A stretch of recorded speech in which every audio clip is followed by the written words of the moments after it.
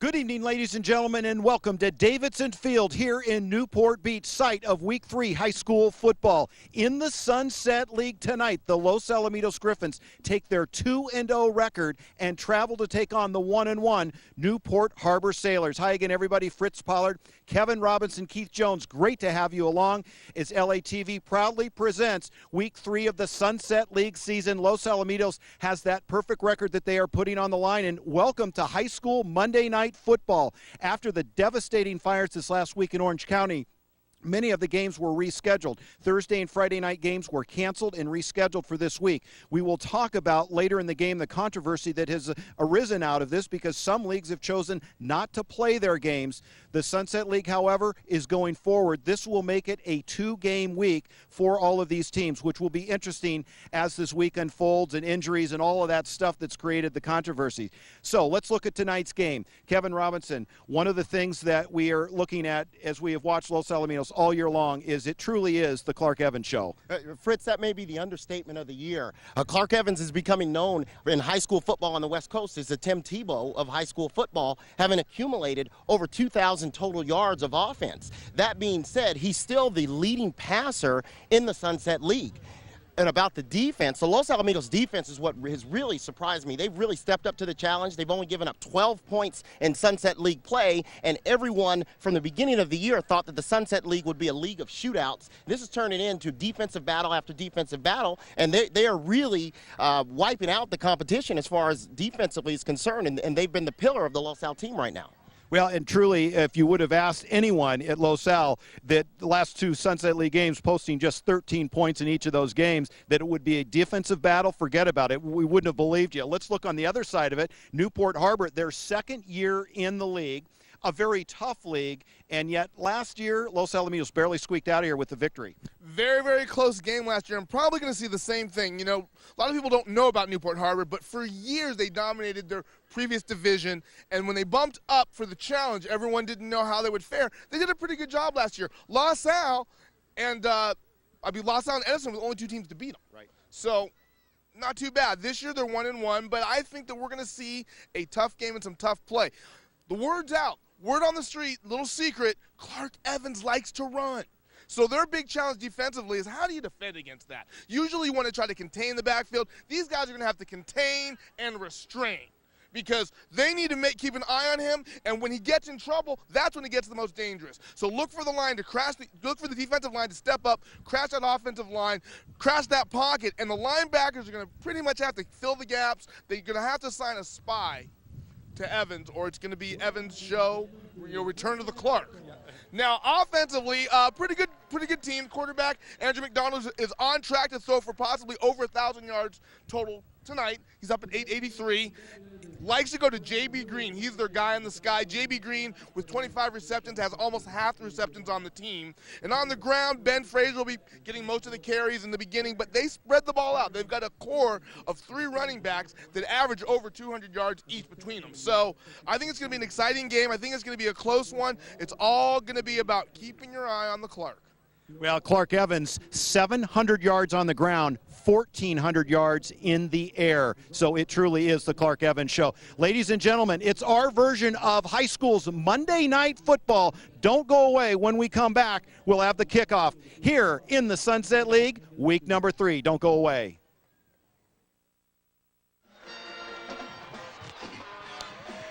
Welcome, ladies and gentlemen, to Davidson Field here in Newport Beach. Fritz Pollard, Kevin Robinson, and Keith Jones, happy to have you along with us as we proudly present Sunset League football. Tonight, the 6-1 Los Alamitos Griffins taking on the 5-2 Newport Harbor Sailors.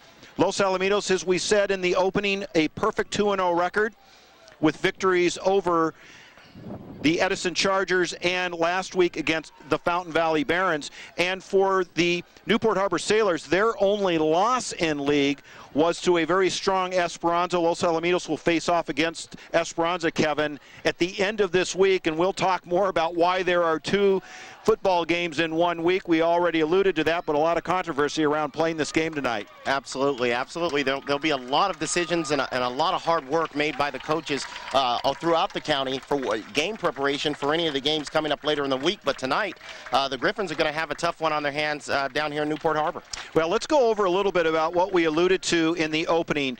The just devastating fires that ravaged a lot of Southern California. We had Malibu, San Diego, interior sections of San Diego like Ramona, and Orange County were affected by fire. The feeling by the superintendents was that it was not a healthy air quality for contact outside sports to be taking place. So the games for Thursday and Friday of last week, even though in many cases the fires were out by, say, Tuesday, they said no games. The question was, did you just eliminate week 3 of the league schedule? And for a lot of teams, they chose to do that. They're just not going to play the game and work it out at the end of the year. Sunset League superintendents met again today at 9 a.m. and decided the game would go on. So here we are Monday night. The next game will be Friday. The first time Coach Barnes in his, long tenure as a football coach has ever experienced this. And I think, Kevin, probably you were a coach for many years. Have you ever seen anything like this? Absolutely not. Haven't seen anything like it. Having to prepare from a coach's point of view, having to play a game on a Saturday and then turn around and play maybe on a Thursday or Friday is hard enough. But to play on a Monday night, then get the kids back in school the next day, do a lot of your film preparation and everything to turn around and play Friday is going to be a tough task for, like I said, not only the Los Al coaching staff, but for a lot of coaching staffs throughout the county. Well, and remember, the CIF would not allow these teams to practice, so we need to get ready for the fact that both these teams are going to look very rusty. It's been well over a week since they have even played, and they got a sum total of about 90 minutes worth of practice, 45 of it on the field, and 2 sessions in the gym. Coach Barnes saying that they actually put pads on and did get a little contact in the gym, which would have been interesting. Yeah, absolutely. And, the contact in the gym, I wouldn't be surprised if it was that big quarterback that was causing most of that contact. No kidding. Well, Los Alamitos has chosen to defer. They'll get the ball in the second half, so the Sailors will get things started, and we will get you that starting lineup here very shortly. J.B. Green, number 6, is on the near side. And Helfrich on the far side. That will go into the end zone as Abrams knocks it a mile. We do have a little wind, and it is helping Abrams out as that ball sailed well into the end zone. Let's get you that starting lineup for the Sailors. At quarterback, the junior, Andrew McDonald, their running back, Frazier, their fullback, Kula. Your wide receivers, Whiteside, Green, your tight end is Campbell, and then on the line, Castile, Kinney, Whitney at center, Talbot, and Ward is your right tackle. We'll get you the defensive starters here after the first play.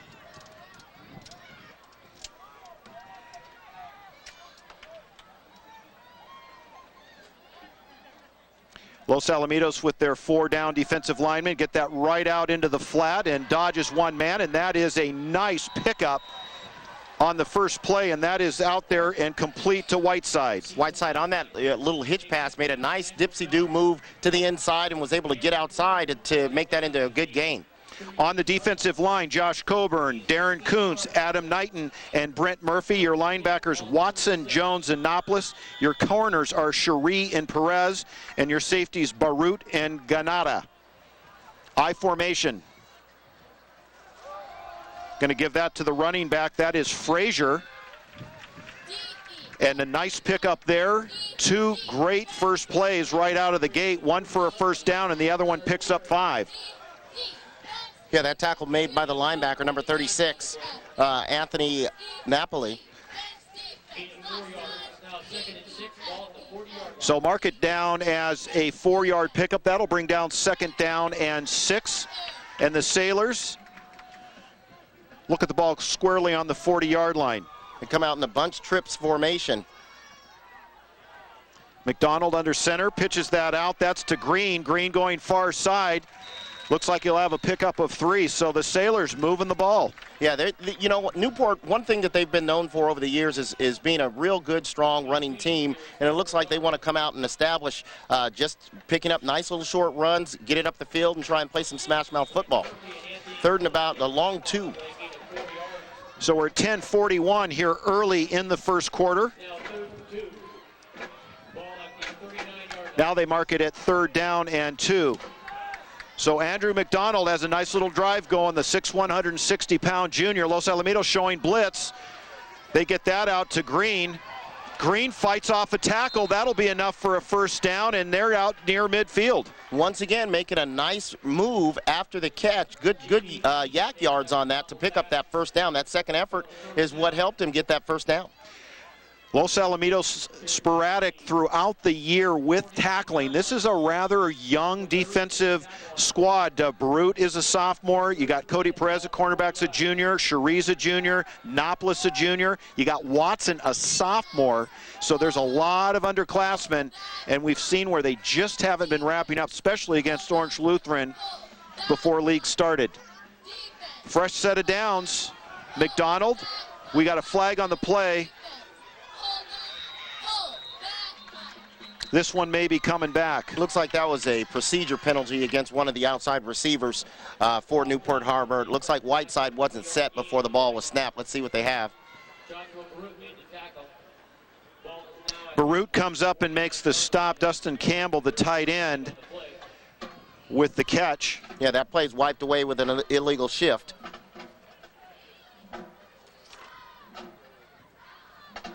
You know, Newport has come out with a couple of different, few different formations, going with a 4-receiver set. It looks like a little bit, or a slot set, trip set, unbalanced line. A few different looks that they've thrown out so far. Los Alamitos has stayed in their basic defense, their basic front 4 with 3 linebackers.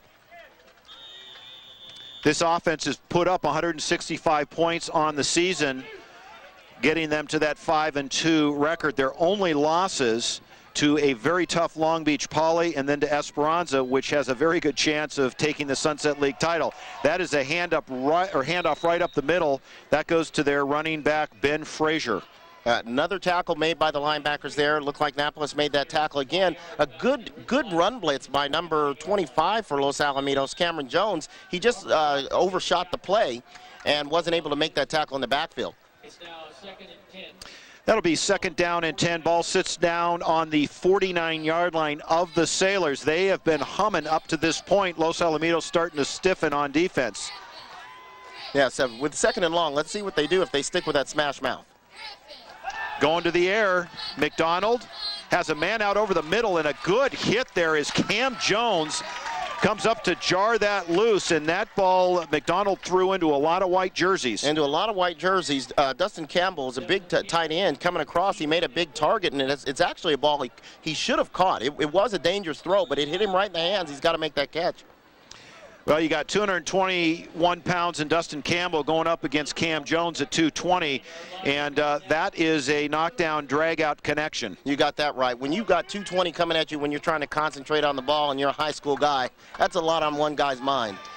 So the bend-don't-break defense that Los Alamitos has been labeled with is doing a good job. They're showing blitz again. They're bringing it in. Do they overshoot it? No. And outside and breaking tackles is Frazier, and they had him in the backfield, and that would have been a turnover on downs. Now let's see. It looks like he will be short. Remember, that penalty did bring it back. It looks like they're out to within 4 of the first down marker. So even though Frazier did break a couple of tackles, Los Alamitos lucky to get him down before he picked up the first down, and that will send Josh Barut back for Los Alamitos to his 10-yard line, and Freeberg will handle the punt. Low snap, gets off a low line drive. Barut will take it on a hop at the 10-yard line, jukes a man, gets outside, and caught by the shoestrings at the 15-yard line. Brandon Kula comes up to make the stop. Returns it back about 6 yards. That's pretty good coverage considering that was such a low line drive kick. You usually get a good return out of that, but the Sailors were able to cover that punt pretty well. It's now 1st and 10. You know, Los Al was lucky in that particular instance. That, you know, it looks like they pretty much, like you said, had that play stopped in the backfield. And he was able to be elusive on there, but Barut made a nice first down saving tackle. So with nearly 10 days off between games, Los Alamitos and that Clark Evans offense takes the field. Clark Evans, your junior QB, and they have to call timeout because they don't have the right personnel on the field. And Kevin, we talked about it. Is this part of not being on the field and practicing at regular speed? Well, a lot of that can be attributed to that. If the kids have not been out there, have not practiced a lot, then you're going to have personnel problems. The thing is, it's the first play in the offensive series, and you should know when you're supposed to be out there on the field. We are dealing with high school kids. You see it in the NFL a lot of times where guys forget to go out, but you know that's kind of unacceptable on the first offensive play if that was the case. Well, Clark Evans is your junior QB. Branton Washington is the senior running back. Then you've got Graves, the sophomore receiver, Jenkins, the junior receiver, and Richardson, number 8, the sophomore receiver. Cameron Connors is your tight end. And then on the line, Kuntz, Hill, Noblin, Phelan, and Valdez. As we said in the pregame, 705 yards on the ground for Clark Evans, 1,371 yards in the air. A very dangerous threat, yet the Griffins have been relying on him a lot. There's that spy coming up, and there's Clark Evans. So probably the first time Newport Harbor this year has seen a quarterback that can break a couple of tackles. Absolutely. You're not going to find too many big guys like that who are willing to take hits, and not only willing to take hits, but willing to dish it out. And you're not going to find that, all that athleticism in a big body like that. So a pickup of 8.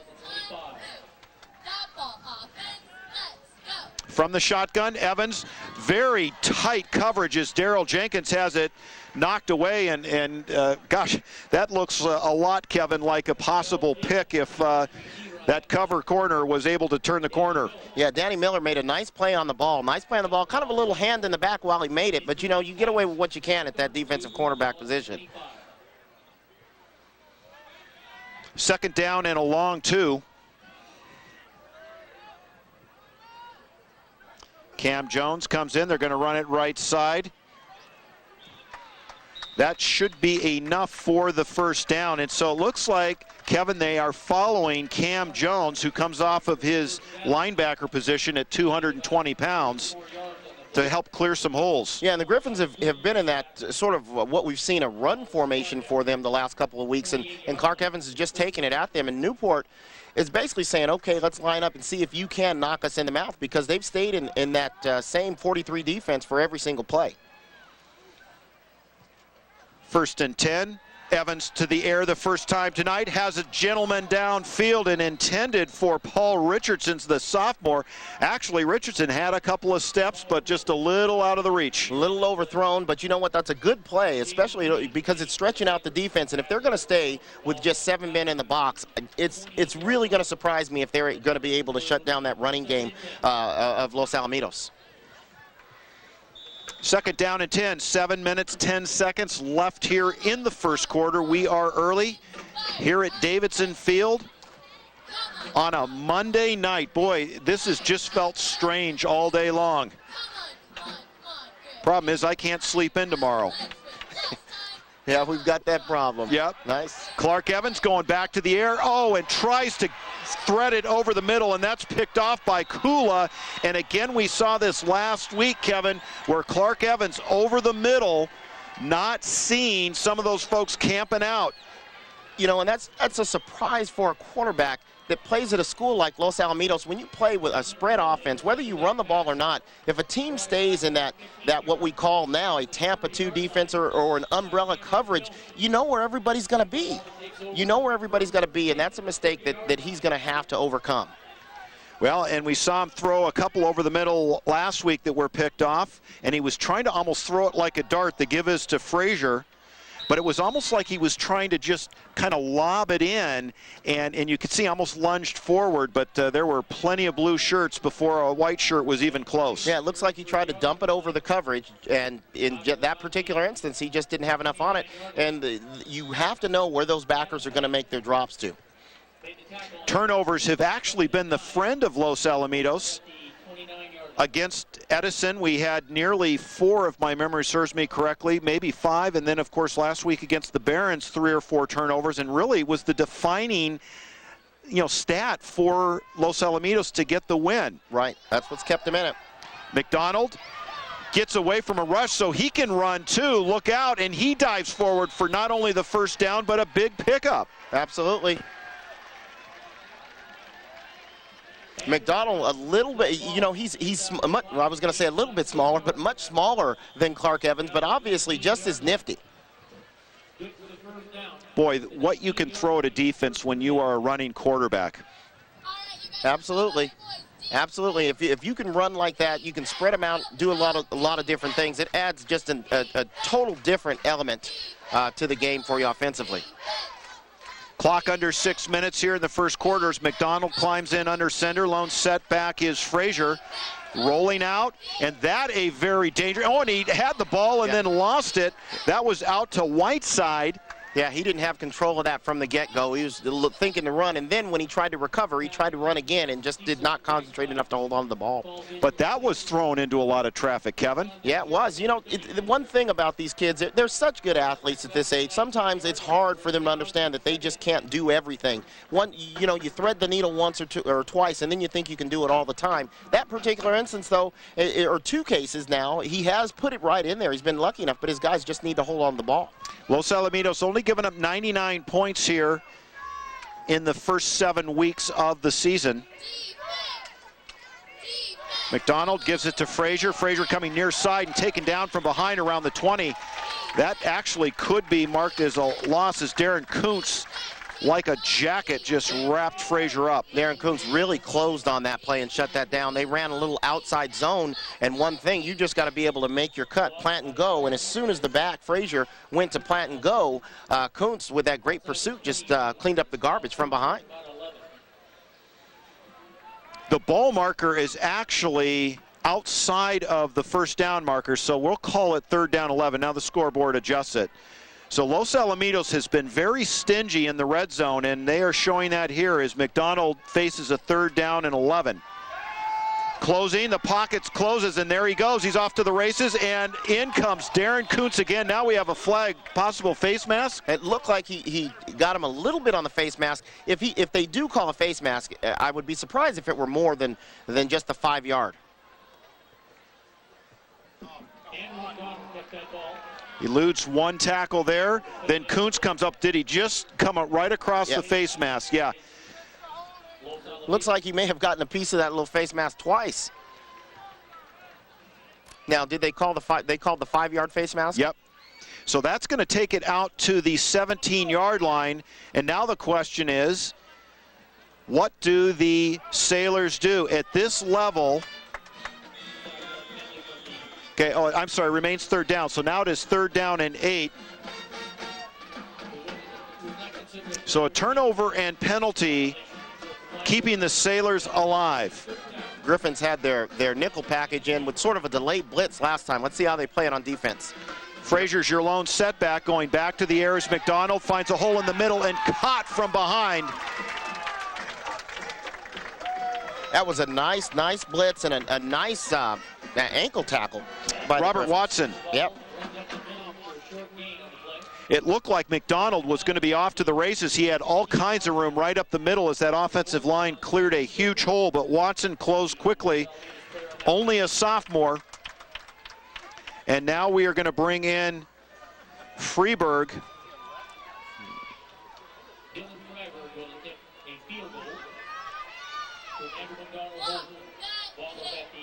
This is no gimme at the high school level. 33 yards.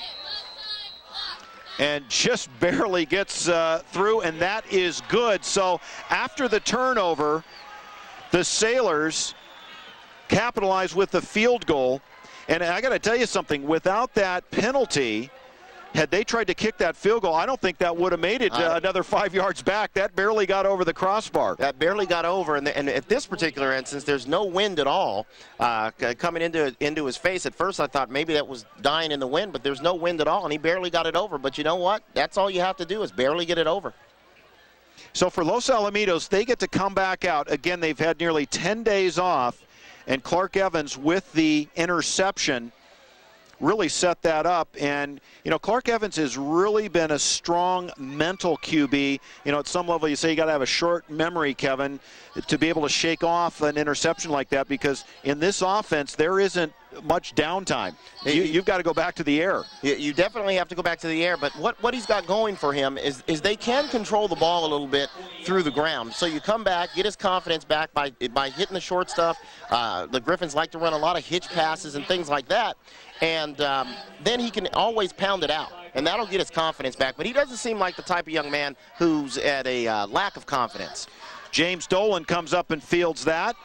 Breaks a couple tackles. Oh, almost gets outside, and man, that could have been interesting. Gets it across to about the 27-yard line as James Dolan checks in. Another sophomore we are seeing get some action here for Los Alamitos. Yeah, Jason Jacoby on that tackle there. If he doesn't make that tackle, these guys are still running as we speak right now. Let's get you that Newport Sailor defense. Didn't get a chance in the first possession. On the line is Davis, Cruz, Obenauer, and Campbell. Your linebackers, Whiteside, Helfrich, and Kula. Your corners are Green and Miller, and your safeties, Pyle and Guzman. 3:42 left here in the first quarter, and Clark Evans going to go from the shotgun, gives it to Washington. Washington really had his breakout game against Edison in the second half. He had some great runs, but really has been rather quiet this year. Yeah, and you know, those runs against Edison, as with a couple of his nice runs last week, are really set up by what the quarterback does, because everybody's keying off of the quarterback, Evans. So the time for Washington, guys like Washington, to step up is now. You really have to have that added element if you're going to go deep into the Sunset League and deep into the Pac-5 playoffs. Pickup of 3, that'll bring up a second down and 7. Clark Evans goes right to the air. Brandon Graves, and he is dangerous when he gets out in the open and makes the most of that, catching the flat. Now see, that's a nice play, and it's a nice confidence builder for the quarterback after throwing an interception, is to be able to throw that short out, especially on that defense where they're just going to drop back, give up the short to the flats, and he made a nice throw, and it's a nice catch and run. That's a good play for Los Alamitos on the pass. Kevin, if you're the Sailors, how much do you want to be pressing these receivers? Is that just playing with fire, or will they be forced to do it if Los Alamitos gets rolling? Well, they're moving in and out on that press. Now, as you see here, they're just in a cover 2, and the safety's got to make a play. And the great thing about that that attempt to Jenkins, and that's a nice throw. The one thing about that throw against that defense is you want to put it, you either hit him on the line in between that corner of the safety, or you put it where nobody else can catch it. If your guy can't catch it, nobody should be able to catch it. So they are pressing him, but they're counting on the safeties to come over the top for the coverage. So Clark Evans right back to the air. As we said, if you looked at the playbook, there is a lot of passing in it, so he wasn't going to be able to think about that interception for too long. 2:52 left here in the first quarter. They fake it to Washington, get that out to Graves on the near side. And that'll be enough for about a 5-yard pickup. So that little pass in the flat, getting it done. Yeah, that tackle made by Danny Miller, and Danny Miller is one of the press corners. See, as I stated, they are pressing up top, but all they're doing is they're squat corners. They're looking for safety help over the top, but they're getting a deep enough drop to where Evans can make this pass over to the flats, as you see on the replay here. They're taking a drop. They're getting 10 or 15 yards up before they're closing, and so you just got to pick them apart. Clark Evans going to keep it, and that a third down, and boy, they sniffed that out. Yeah, quarterback draw. You know, that's the one thing. When you do not use the other weapons that you have back there, the guys can kind of pin their ears back and just key strictly on the quarterback, whether it's a draw play or whether the quarterback is just going to run up the middle. I don't think that Newport has much respect for the running game of Los Alamitos outside of Clark Evans. Back deep is J.B. Green. He will stand on his 22-yard line. And Zach Abrams will stand on his 30.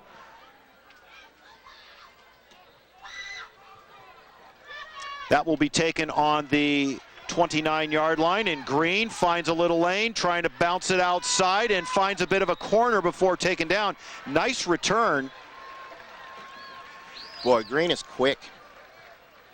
Let's call that a 15-yard return by Green, and a lot of that was going left to right. Absolutely. You know, the key is avoiding the first guy down. If you can avoid that first guy, dip inside, dip outside, that's a nice run back. Knoplis in on the tackle there. So the Sailors take advantage of a Losell pick and march down and get 3 on the board. And then with a good defensive stop, are right back at it. McDonald gets that out. That'll be near an 8-yard pickup, and that is complete to Whiteside. Just another little hitch pass to Whiteside, loosen it up. Losell looked like they went to kind of a cover 3, and Whiteside was there before the linebacker could take his flats drop, and it was just an easy play for McDonald to make.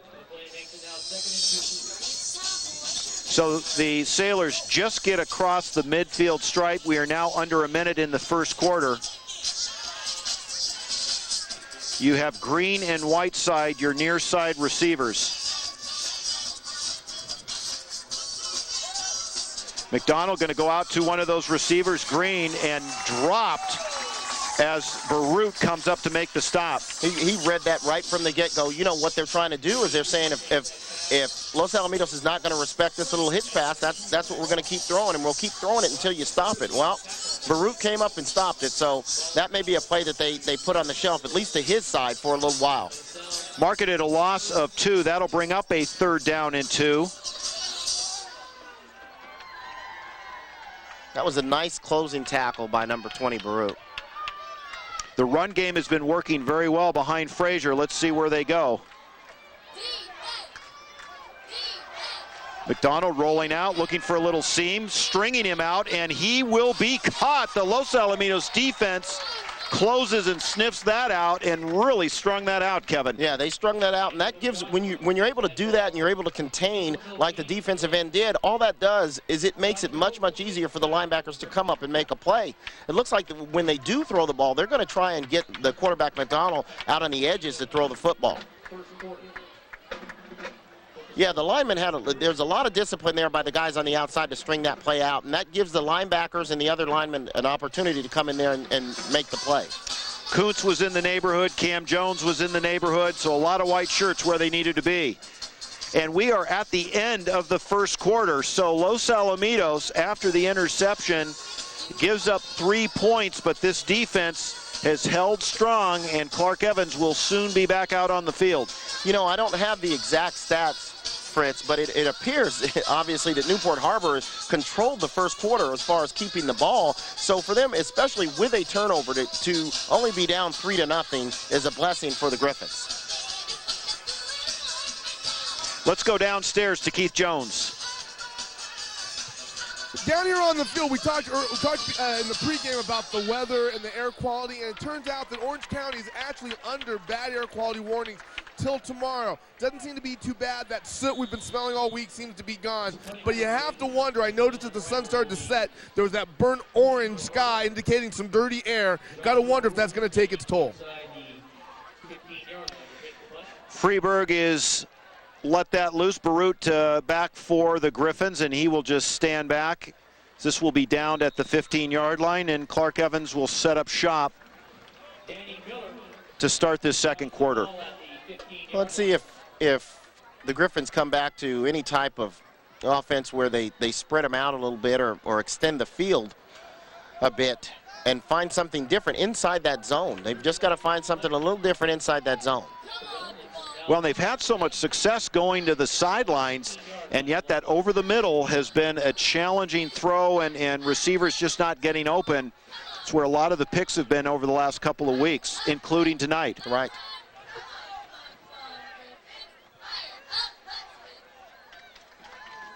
So Los Alamitos trying to protect that perfect league record here in week 3 of Sunset League play.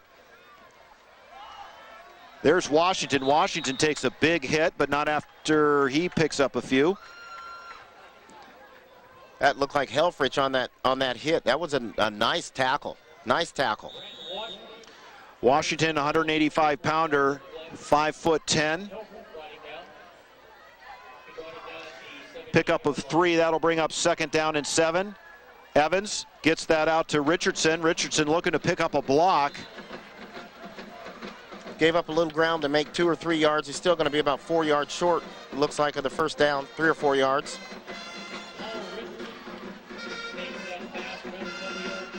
Richardson just run a little stop pattern, comeback route. It's just like a running play on that. You make that kind of a mistake-proof play for the quarterback. So looking at a 3rd down and 3, Los Alamitos needs to move these chains. Evans going to keep it. He actually follows the running back almost like he's a fullback and loses his helmet in the transition. Now it'll be interesting where they mark this. Yep, looks like it's enough for the first down. I was thinking that referee was moving backwards. Yep. So hard-fought yards, but Clark Evans has shown he can do it all year. You know, if the Griffins stick with this type of game plan, the one thing that they have to stay away from is just the big mistake or getting in a 3rd and long situation, 2nd and long and 3rd and long situations. They just have to be willing to stick with the game plan and just grind it out. So receivers swapping sides as Jenkins and Graves swap sides. Evans, play action. Going downfield, he's got Jenkins, and that is knocked away. Boy, have we seen some great defensive secondary play by the Sailors. Their safeties are really closing on the football very, very well. And what Newport has done is they've widened their outside linebackers to take away that short pass that Evans has thrown, that short outside pass to the receivers, and their safeties are playing wide, and they're playing the deep ball really, really well. Looks like we've got a flag down, and they're talking to the Sailors, so it looks like it's against Los Alamitos. We'll get you the call here in just a moment.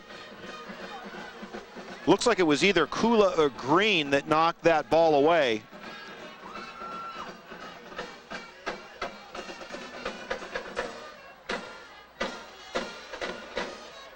So Los Alamitos shooting themselves in the foot again, although we did not see the penalties last week against the Barons that we had seen in week 1 of Sunset League play against the Chargers. And Los Alamitos is going to be backed way up. They are now inside the 10. Looks like marked at about the 8.5-yard line. Wow, they've got to get out to about the 37 or 38-yard line for a first down.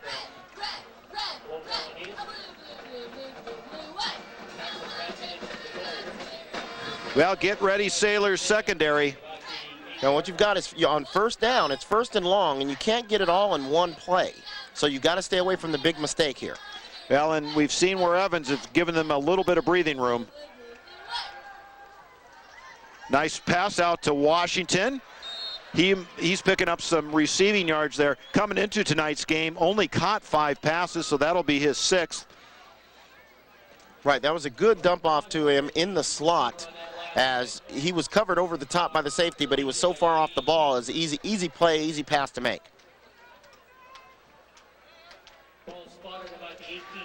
Yeah, so Evans looked at him the whole way, had him the whole way, and just made the nice, easy play. So Griffins pick up roughly 8 on the play. Sailors bringing the blitz, and they run right by Evans. First down and then some. Evans looking for some blockers. And coming up to make the stop is Pyle, and had Pyle not been there, there would have been another pile of yards on top of it. Great play and overshot the blitz, ran right by it. Now watch this. Watch what the slot receiver does. The slot receiver goes out, and what he does is he takes that one of the linebackers or 2 of the linebackers with him and totally opened up the middle for Clark Evans. That was a great design play by the Los Alamitos coaches and well executed play by the players. Now you see why Clark Evans at 215 pounds has over 700 yards before tonight's game. Now goes back to the air, going down, looking for Richardson, and goes up and gets it in between 2 defenders. That's out now to the 12-yard line, and the jump ball goes to the sophomore Richardson. And we spoke about this earlier when I talked to you about young guys. Just they do some things that you just say, oh my goodness, what is he doing? And what happens is you have a little bit of success like you do there, and they look like Tom Brady and Randy Moss on that Yes, play. exactly. You know, but that's what it's about. You know what? Big players make big plays, and you know, the throw may not have been perfect, but it was perfect enough to make a long gain. 8:57 left here in the first half. Griffins have something going out to the corner, and that is taken.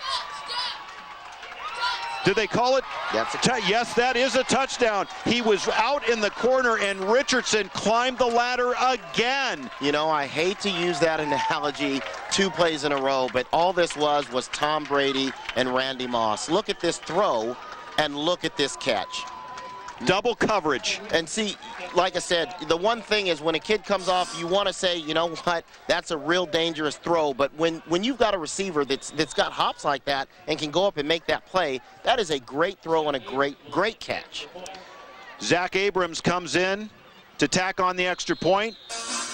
Kicks that up, and that is good. So Abrams takes it to 7-3 over the Sailors. Let's go back to that play. Brandon Kula and J.B. Green, both 6'1", going up against the 6-foot Richardson.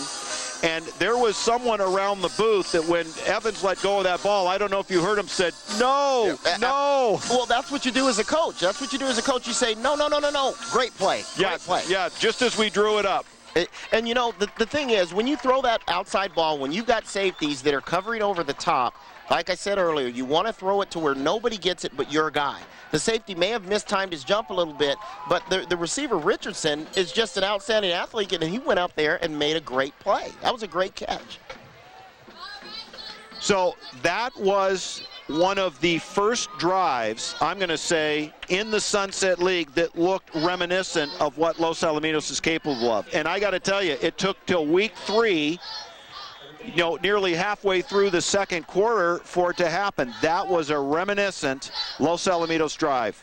You know what? It may have been a reminiscent Los Alamitos drive, but it was also Clark Evans, you know, taking up just the big load with that huge run, and then 2 great catches by the receiver. Helfrich on the near side, and on the far side is the very dangerous Green, and that ball kicked short, goes out of bounds. I don't know if that was a chosen direction for that ball. Of course, J.B. Green is very dangerous. Your thoughts on that, Kevin? Well, the way Green, as quick as Green has been, and as well as his returns, you know what? Sometimes taking it on the 35-yard line, you'll take it. Especially when Newport is not doing anything. I don't think that they're being very innovative or scary enough to where you say, oh, I don't want to give him the ball on the 35. Well, Andrew McDonald capitalized on a Los Alamitos interception, moved the ball down, was able to get in field goal range, and that's about as close as they've gotten. That was early in the first quarter. This just a handoff up the middle to Frazier. Nice gain. Looks like a pickup of about 5 yards.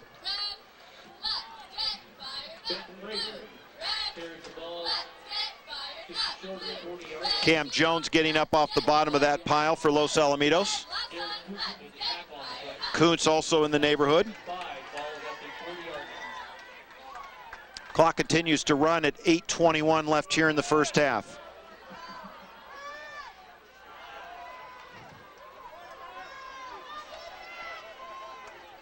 So McDonald climbs in, go with the I formation. They're going to give that to Frazier.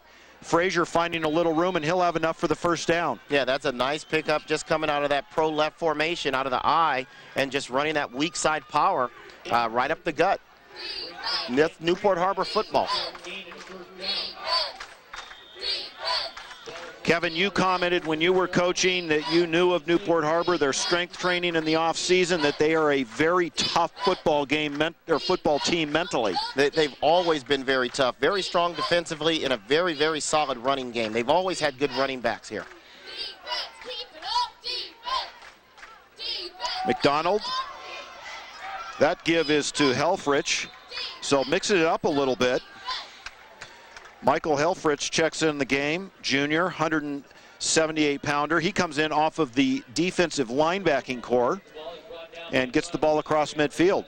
Yeah, you know, and to follow up on that note, in order to have a good running game, you obviously have to have good linemen and a good strength and conditioning program. And their coaches and their team are widely known around the county as a really, really good, strong football team. That'll bring up a 2nd down and 4. Helfrich stays in the backfield. That is complete, and a nice catch there by Kula. Nice tackle by the defender to come up and upend Kula. You know, they just ran the counter boot. They set that up on the previous plays, just ran a boot to the weak side. You make it kind of dummy-proof for the quarterback, and it's just a dump off to your guy who slow blocks and gets out there, and you make for a nice gain. Well, down on the field for Los Alamitos is Cherie, and he tried to get up and fell, and then got up again and fell. Seemed to be holding his midsection. I'm wondering, was that Cherie that I couldn't tell from the angle that we're at that came up and upended that, totally flipped over the ball carrier. Well, it looks like Cherie may have taken the brunt of the hit. It almost, the way he collapsed again, almost was like he got his bell rung. Are they getting some smelling salts out there? Yeah. Now they're checking, yep, they're checking his pupils there. You know, he got up like he felt like he was good to go, and then went back down on the ground again. Almost like he'd gotten a little dizzy. Yeah, he got a little woozy and went back down.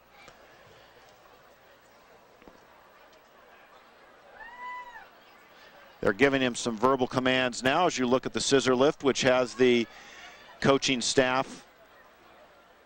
Yeah, see, they're trying to see his hand-eye coordination.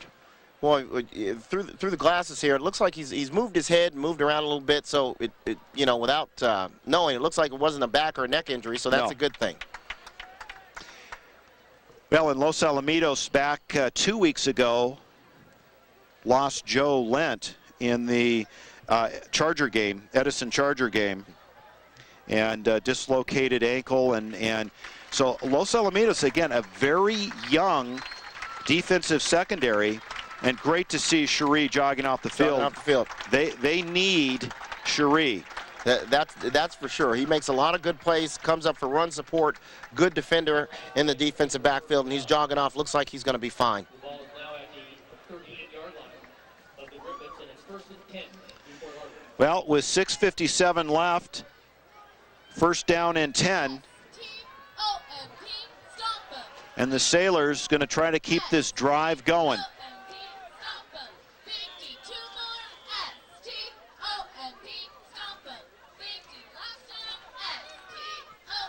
So McDonald checks in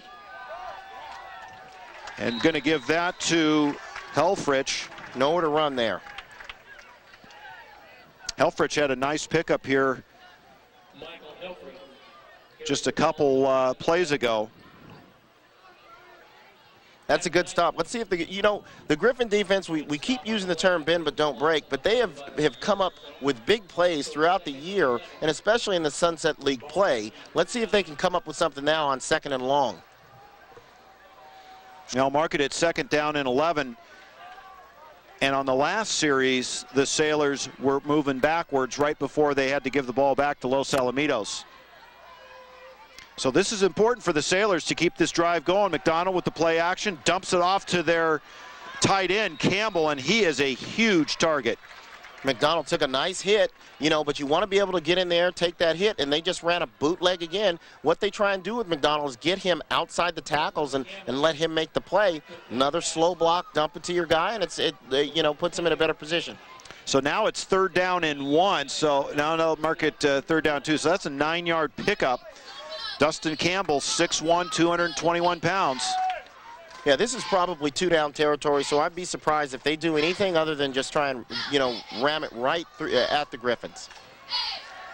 I formation. And they give it to Helfrich again. I'm wondering, where is Ben Frazier? Ben, we haven't seen him since early. The running back, and now they bring in Helfrich, which gives up actually almost 10 pounds to the lesser side of the scale than Ben Frazier.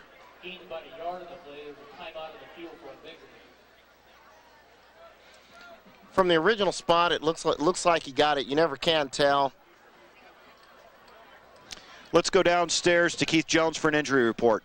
That's number 15, Mr. Cherie. We saw a little shaken after that play. He's been checked out by the trainers, doesn't show any sign of concussion. Apparently on that massive hit, he took a knee to the head and just rung his bell. He'll be back in and everything's looking good. Thank you, Keith Jones, and we hope that the continued recovery of Cherie will allow him to climb back in. I know they're getting very careful with those head injuries, concussions and all. I think in the good old days, as long as you could stand up and run back out on the field, you were okay, and then sometimes found these were big injuries days later. Yeah, it used to be strap it up and get back out there, kid.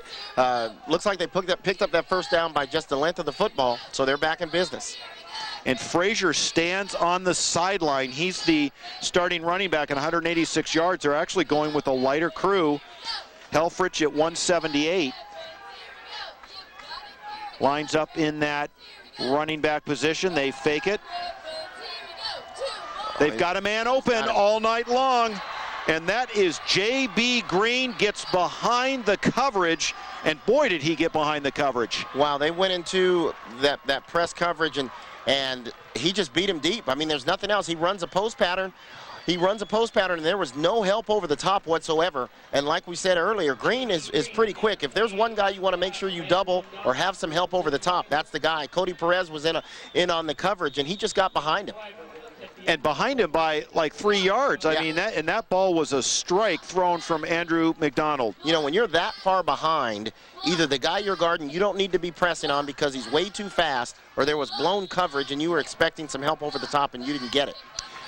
Freeburg with the extra point, and the Sailors climb back in. It's 10-7. And we've got 4:51 left here before the halftime break. We really haven't seen Andrew McDonald have much success down the field, but boy, he didn't have any problem going straight up the middle there and hit that streaking Green. Well, you know, what he's done, when we have seen him use play-action pass, he's rolled outside the tackles, and he's dumped off. It made his dump-off pass to whomever his slow blockers are or whoever his guy is just getting to the flats. Looks like maybe the cornerback bit on it a little bit, and the guy just ran by him. You know, sometimes there's no explanation. You put speed against a guy that's not as fast as you, and you just let him run down the field. You slow the rush down with the play-action pass, and you just throw it upfield, and that's what he did. Great pass, great catch. Well, and remember, John Cherie came out just a play or two before, so they did have, I actually believe they plugged in James Dolan there, so maybe picking on some of those defensive backs, figuring they'd take a shot down the middle, and it was successful. So speaking of Dolan, he's going to take it and gets a decent return out near the 20-yard line, and Clark Evans will be given another opportunity as we take a look at some stats. Well, stats thus far. Stats right now, we've got Clark Evans. Let's take a look at this run back. Nice run back taken down by a host of Sailors. But we'll get back to the stats. In the first quarter up until this point, Clark Evans right now is 6 for 10 passing for 71 yards. And he's leading the team in rushing with 5 carries for 48 yards. Well, based on the last series, 4:46 is plenty of time to march down the field, and Los Alamitos would love nothing more to go in with a 14-10 lead, but they have a lot of real estate to cover to make that happen. Cam Jones is in as a blocking back. Washington goes the other direction. Fights for extra yards. He'll be just shy of the 25-yard line. Well, you know, based on what we've seen this past 2 weeks in Sunset League play, we've just seen an offensive explosion here. Nice little give up to Washington up in there. Whiteside and Kool-Aid on the tackle on that. Now, Los Alamitos does need to be a little careful of time here. You've got 4:14 left, and with Clark Evans and the trips on the near side, he needs to be a little cognizant of the clock, and now we've got Sailors jumping off. The question is, did Los Alamitos move on the line? They're pointing at the right guard, which is Phelan. He was out last week with an injury, and looks like Los Alamitos will benefit by the neutral zone violation, pick up an easy 5. That should bring up a 2nd down and 2. Yeah, this is a play, especially with your running game, that you can take a shot down the field. 4 minutes and 2 timeouts for a ball control offense like this is plenty of time. What he needs to do is stay away from the big mistake. So they empty the backfield and put 5 receivers into the pattern. He's looking downfield, and wide open is Jenkins all by himself. Needs to tuck the ball away, but gets out across the 45-yard line. Man, he was just sitting in the middle of the zone. What they ran is they ran an umbrella coverage. Corners and safeties took off deep. This particular instance, their middle linebacker did not get as good a drop. For some reason, he was either wide or out of the play, and that's why that play was wide open over the middle for Jenkins. J.B. Green comes up and makes the stop, and Los Alamitos quickly now in the Sailors field. Empty backfield again. Clark Evans going to run it, trying to find a lane, and there is Clark Evans laying a hit on the tackler. Coming up to make the stop is Matt Cruz at 210. So Matt Cruz at the lesser weight end of the scale, and is probably wondering what just hit him. And at 6 feet 210 for a high school football player, that young fella's a good size. But I'm sure he's not used to a quarterback like Evans just lowering the shoulder on him like that. 2nd down and 5. 3 minutes left before halftime. Washington just trying to shimmy up there for a few more yards. Gets across the 35. I like what the offensive coaches are doing right now, because they are spreading it out a little bit, and they're doing that give up the middle to Washington a little bit. And what that's going to do, it's going to set it up for either Evans or Washington is going to bust one of these.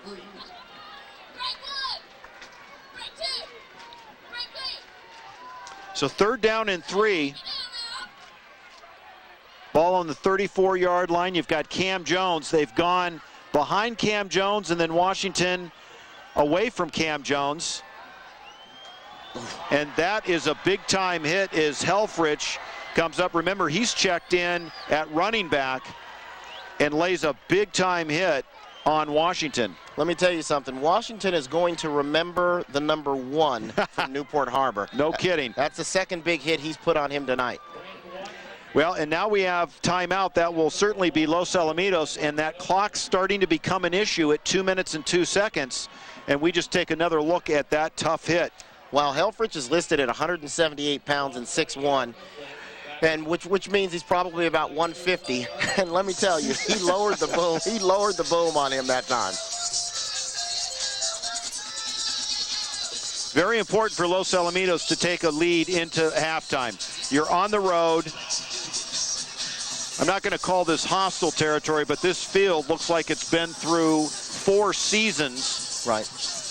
Very worn in the middle. In fact, the coaches were talking about, here we are at Newport Beach. They said, heck, some of the neighbors, if you went door knocking, would probably pay for a turf field just to not have to hear the mower noise. Right. Just straight out of pocket, just write a check. But this field is showing its wear. And for Los Alamitos, just from the mental mindset standpoint, to go in with a 14-10 lead is definitely an advantage for them. Now, they will get the ball back to start the second half, but this is an important drive for the Griffins. Clark Evans, pass, and that is enough for the first down, and Cam Jones wisely gets out of bounds. So Cam Jones brought in primarily as a blocking back for Washington, or whoever he needs to block for, and has a nice little pickup in the flat. And this play has been set up by those little handoffs to Washington, and that the earlier runs to Washington set this play up perfect. So it was a great 4th down call. Now under 2 minutes. Backfield is empty. Nice across the middle. And there's that field. Will he have enough to get across? Hold on to that ball, where we've seen a lot of fumbles around this area, as Jenkins makes the most of the catch and then some. What Evans has done is he has figured out where the holes in that zone are, whether they go 2 deep or whether they go 4 deep in an umbrella. He knows that if he's got to make a good decision as to where to dump that ball in between the linebackers or over the linebackers. That was a great play. That play made by the linebacker as far as on the tackle, Helfrich for Newport Harbor, but another great play. Well, Helfrich was up trying to strip the ball. Probably should have focused more on the tackle because he gave up 3 or 4 yards going for the ball.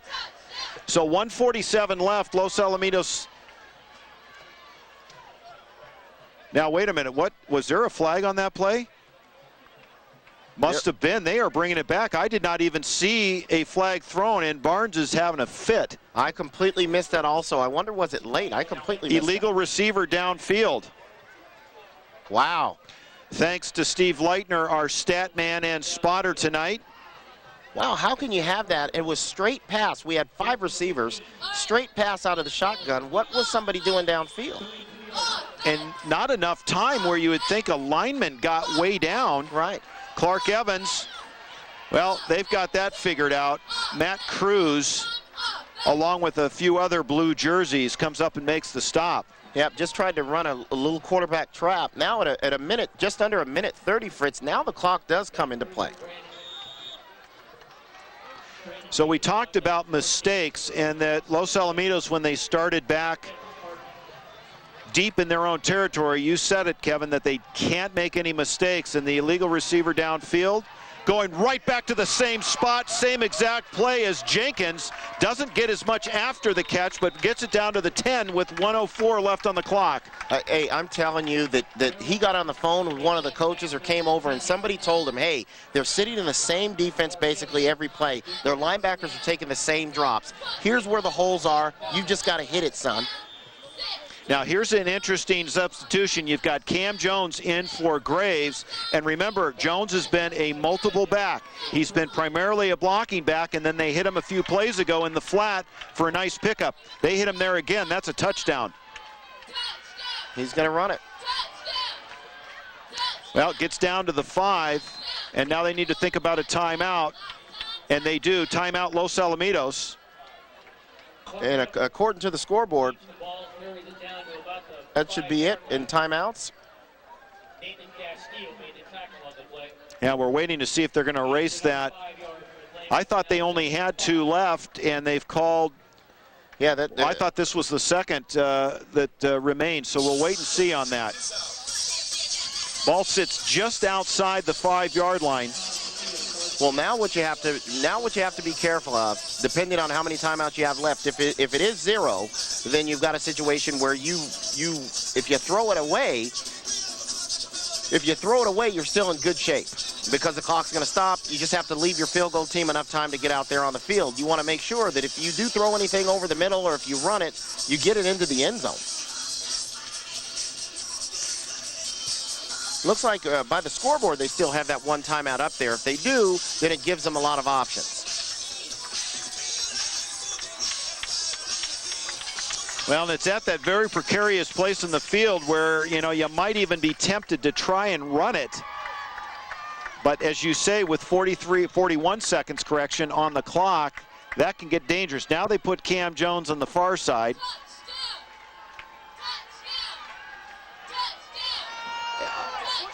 Oh, and he came back and got it. Is that Richardson with the touchdown?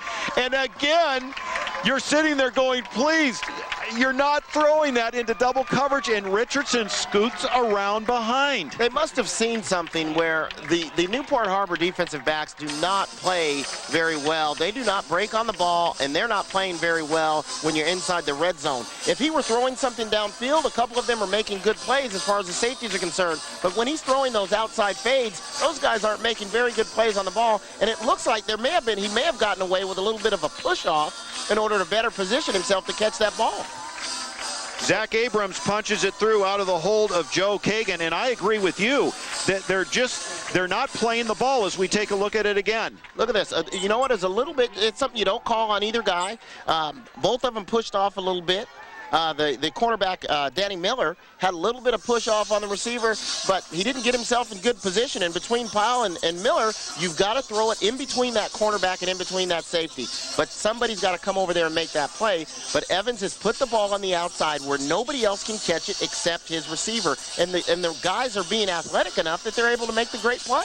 Well, we are going to see some of these receivers for quite a while. You've got Graves, who's a sophomore, Jenkins, a junior, and Richardson, is a sophomore. He had the last catch. I mean, if those guys are showing that kind of activity, you're going to have some D1 coaches hanging out here at the college level very soon. It'll be just like the old days. It's hanging out and taking a look at Guinness and Hartley and all the other guys that have been at Childs. Yes, absolutely. Yep. Well, 36 seconds left. And interesting, and we've been calling this for a while, Helfrich is in the backfield. He's suiting up on the defensive side, and we've also seen him in at running back.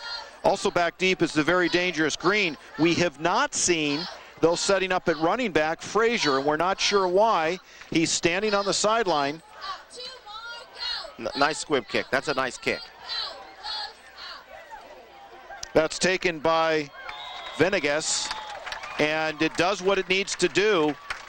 Somewhat handled by Adam Venegas, and not any threat of a big return. There are some coaches that would come from the mindset that that's how they want, especially in high school, that's how they want that kickoff every single time, regardless of whether you have a good receiver back there or not. If you don't have a guy that can put it in the end zone, a squib kick like that is a really good weapon to have.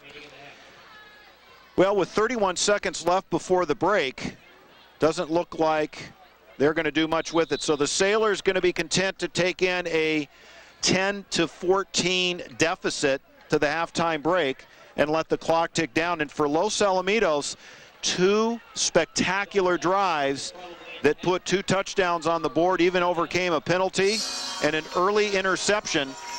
Kevin, your thoughts on the first half? Well, you know, going back to the last 2 drives that Los Alamitos had, on the first long drive of over 80 yards, Clark Evans ran the ball extremely well, and they had a couple of big plays there. Then they come back on this drive, and they have the weapons of throwing the ball. If the receivers for Los Alamitos can be as athletic as they've been between Graves, Jenkins, and Richardson, that's really going to open it up for the Los Alamitos Griffins.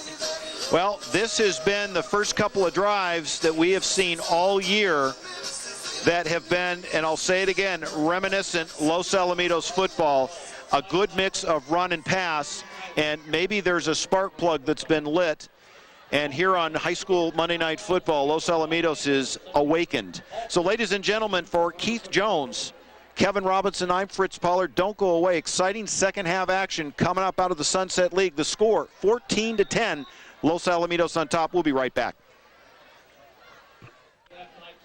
Welcome back to Davidson Field. We are just moments away from the beginning of the third quarter. 14-10. Los Alamitos hanging on to a 4-point lead as they punched it in right before the halftime break. Fritz Pollard, Kevin Robinson, and Keith Jones down on the field. So, Kevin, you're the coach. Newport Harbor, locker room speech. What are you talking to your guys about? Well, the one thing I'm talking to them about is not giving up, continuing to give up the big play. And that's what they've done. They've given up big plays on the ground by Evans with a big run just before the half. And then they turned around and gave up great catches. You know, it's hard to defend against a guy who's catching the ball that nobody else is going to catch. However, you've got to better position yourself. So my whole thing is do not give up the big play. If I'm the coach for Newport Harbor, they've got to stay away from it, get better linebacker drops so there's none of that stuff to Richardson and Jenkins over the middle. What about Los Alamitos' locker room? And Los Alamitos, on offense, I'm just going to continue to do what I'm doing. You know, and keep preaching to them. You know what? As long as we stay away from the big turnover, stay away from the penalties that are going to put us in 2nd and 15 or 1st and 15, we're going to be in good shape. Well, let's go ahead and take a look at the stats for both teams at the half. Newport Harbor, I've got total team stats for them. Newport Harbor, McDonald's 7 for 9 passing for 78 yards, so he's been pretty accurate. Their team rushing totals are 54 yards for the half. For Los Alamitos, Clark Evans through the air is 10 for 14, 139 yards, so he continues to be efficient there, especially if he can just stay away from that basic mistake. He's got 57 yards rushing, team total at 69 yards on the ground for Los Alamitos. Well, there you have it. The Los Alamitos coaches getting back in their scissor lift. They are not up in the stands. They are down on the field. And Los Alamitos, if we could go back to that opening thought about whether this game should be or should not be played, and of course there was a lot of concern that if there was a health reason that kept the kids from playing on Thursday and Friday night, then let's look at the health issue about the fact they have not practiced all week. I know that was a concern of Coach Barnes. They haven't practiced all week. You're going to put them on the field on a Monday night when they've had very little contact. And his recommendation, even over the weekend, Kevin, was go out and run, go do something physical, then to come back and play next Friday. The question was, if they get dinged up, they don't have time to recovery. So a little ding turns into a big injury, you know, later in the week. And, you know, I don't know if the coaches are as concerned about any injuries for this game. The one thing that they would be concerned about is recovery time for the next game. Because, as you know, once you get into the season, the extra days off is a welcome, is a godsend for a lot of guys, just so they can recover a little bit better. What I would be more concerned with is the preparation time for Friday's game against Esperanza, and just not being able to recover quick enough physically. Even though these are young kids, this is a very physical game. So that's, from a standpoint, that's what I would be more concerned with. Well, and I think that was part of Coach Barnes' point, is you've got all kinds of issues. If it's a health issue on Thursday and Friday because of bad air quality, you now then have kids that are more or less cold, possible injury tonight, and then the recovery period. So, you know, those are a lot of the reasons why many of these coaches are not playing this game. They were just going to wave off week 3. Right. That gets a little scary as that's fielded. 2 or 3 Griffins in the neighborhood. But Nopolis gets the catch. So linebacker coming up to make the catch. And Los Alamitos will be looking at some pretty good field position out here at the 26-yard line. This will be great field position compared to the last couple of drives for them.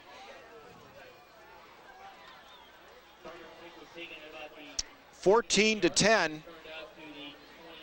Los Alamitos took a while to get warmed up. If you think about the last 2 weeks, Los Alamitos has put 13 points on the board, so they've already eclipsed that at the halftime break.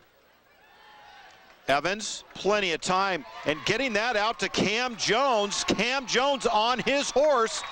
And boy, they are using Cam as a real decoy, throwing that defense off. Now that's great. They picked up a first down earlier when they ran that similar play going in the other direction. This particular instance, it's an easy, you tell the quarterback, it's a pitch and catch. It's a pitch and catch. Make the easy throw, let the running back run. I'll turn Cam Jones on one of those little cornerbacks any day. Cam Jones coming in, plays linebacker, 6'3", 220, but boy, he can motor for a big guy. Yes, he can. So you get the feel that Los Alamitos has got something going, and then again they run right into the arms of Chase Obenhauser, and there is a flag on the play. Obenhauer is 276 pounds, 6'6". So he anchors that defensive front. Yeah, that flag, I'm sorry, Fritz, was thrown by the umpire. Looks like it's in the area of a hold.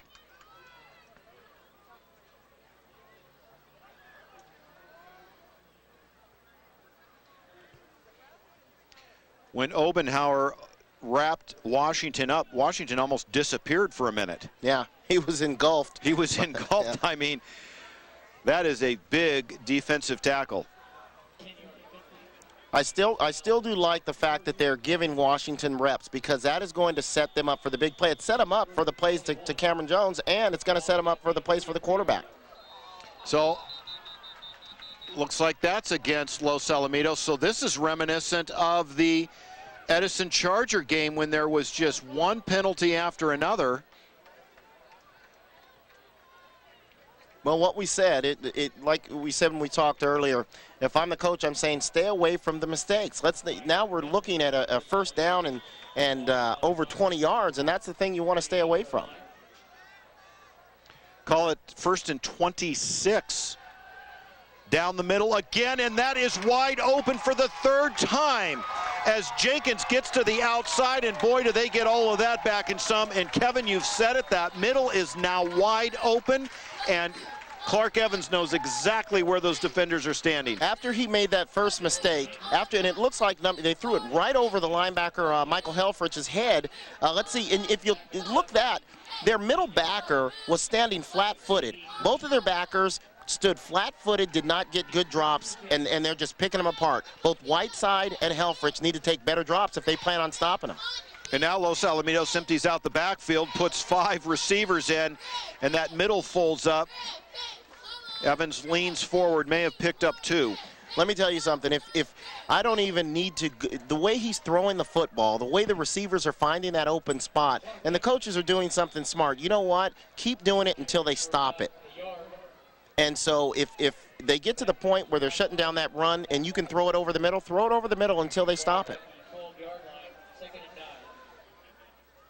So call it a pickup of 1. That'll be 2nd down and 9. Why not get it to Jenkins again? And he leans forward. Los Alamitos can pick up a 1st down, it looks like, inside the 2-yard line. This is very much a strategic decision early on to get the ball in the second half. Los Alamitos will generally defer. They want to get their defense out on the field, and then, of course, they love the momentum that they can pick up by driving down the field, and they are now in command of this drive as we speak at 10:02 left here early in the 3rd. They've been throwing outside when they've gotten inside the red zone, and that's worked for them well. Let's see what they do down here. And that is big number 79, Chase Obenauer.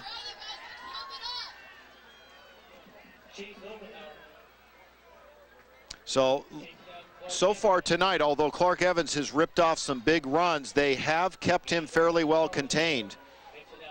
And they're going to send out now Zach Abrams to try to tack on another 3. So that drive really was exciting for a while and then just stalled there right around the 6-yard line. Yeah.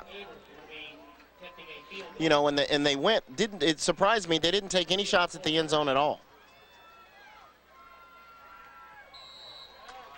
That is up, and that is good. So Zach Abrams puts another 3 after the halftime break. Score now 17-10.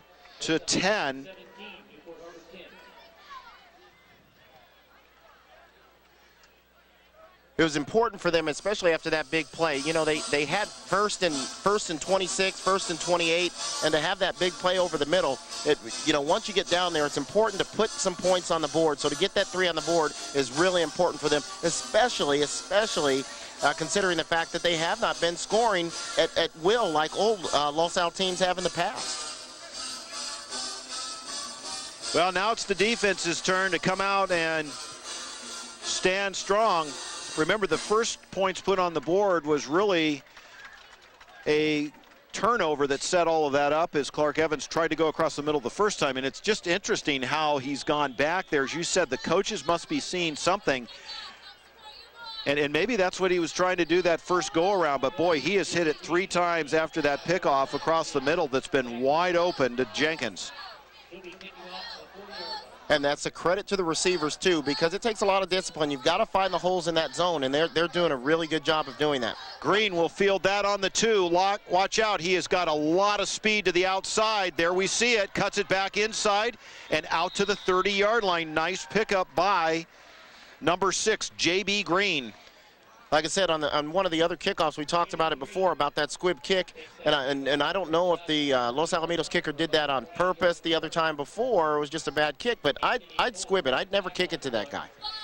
Look at Green. Green is so fast. And once he makes that cut, you know, he's really hard to contain. So he's dangerous. You want to stay away from him. Well, and you said you make that first man miss, and it's off to the races, which he did. Now we see Frazier check back in at running back. He was out for almost the whole 3rd quarter. Now, I don't know if that's to keep his legs fresh. We'll watch it as we go into the 4th.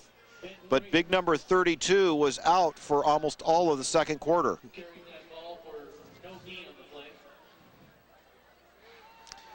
May have even lost a half yard in the transition. Clock is underway at 8:33 left here in the 3rd quarter. Los Alamitos trying to keep that perfect Sunset League record alive. And right now for Newport Harbor, they're fighting for their lives with already 1 loss in league. They don't want to go 1-2. That is complete out to Green. Look out, he is tough to bring down in the open field. Nice tackle there. That's a nice 11-yard gain off of that Cody Perez came up and made the stop. Played a little bit of a cushion for him, a little bit too much of a cushion, and they're able on that two-stop, on that stop pattern. You know, that's tough to give up 10 or 11 yards on that. That's too many yards after the catch. So enough for a first down. Ball sits now on the 41-yard line. Trips formation. Got Frazier in the backfield, and Kula is your fullback. Frazier cuts it inside, and that's kind of the style of running we saw in the first quarter, and it's a little surprising that they took him out, and they did bring in a very suitable replacement, Helfrich, but Helfrich pretty much handled it with the second quarter. They came back, ran a nice counter, nice counter trey back to the right side, and that's a good pickup. That's a 6-yard pickup. You'll take that every time.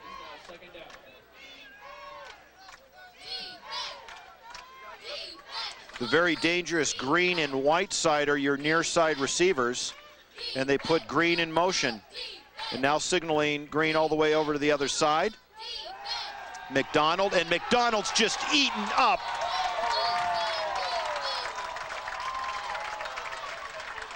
Los Alamitos comes right through the middle, and that is Josh Coburn that absolutely, and Darren Kuntz.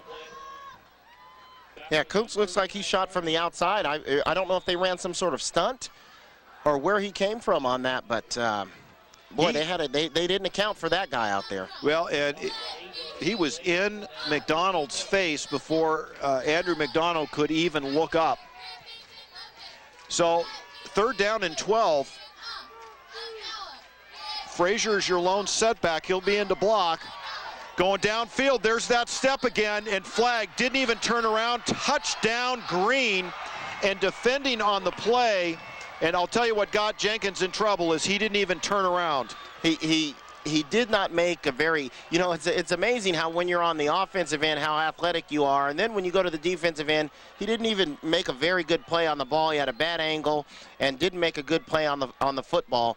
And like I said, covering Green one-on-one is an impossible task for those DBs tonight. They're going to have to cover him over the top because you can't give up that big play, which is what we talked about at the beginning of the half. Stay away from the big play.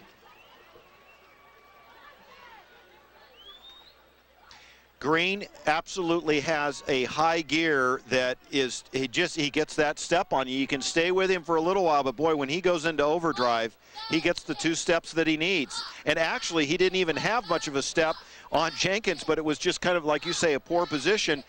And man, when you don't turn around as a defender and at least make some effort to go for that ball, you're going to get called for PI. And in high school, you'd rather get called for PI than give up a 50 or 60-yard touchdown pass. I'll take the PI any day.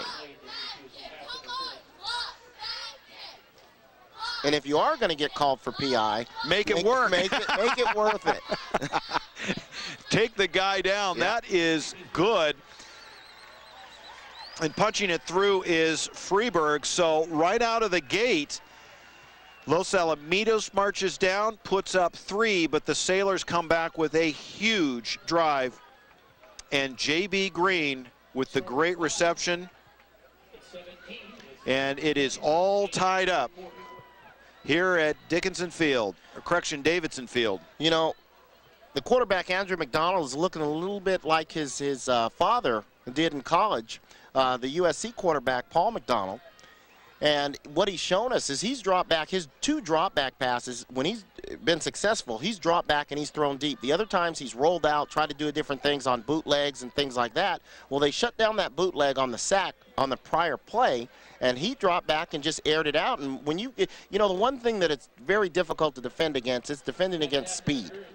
And if you've got a guy who's fast, you really do have to make sure that he's covered over the top. That corner has to have help over the top, and if you do have help over the top, the safeties have to make plays on the football. Well, this will be a interesting 6 minutes and 21 seconds. And what do we have going on here? Oh, now Barnes.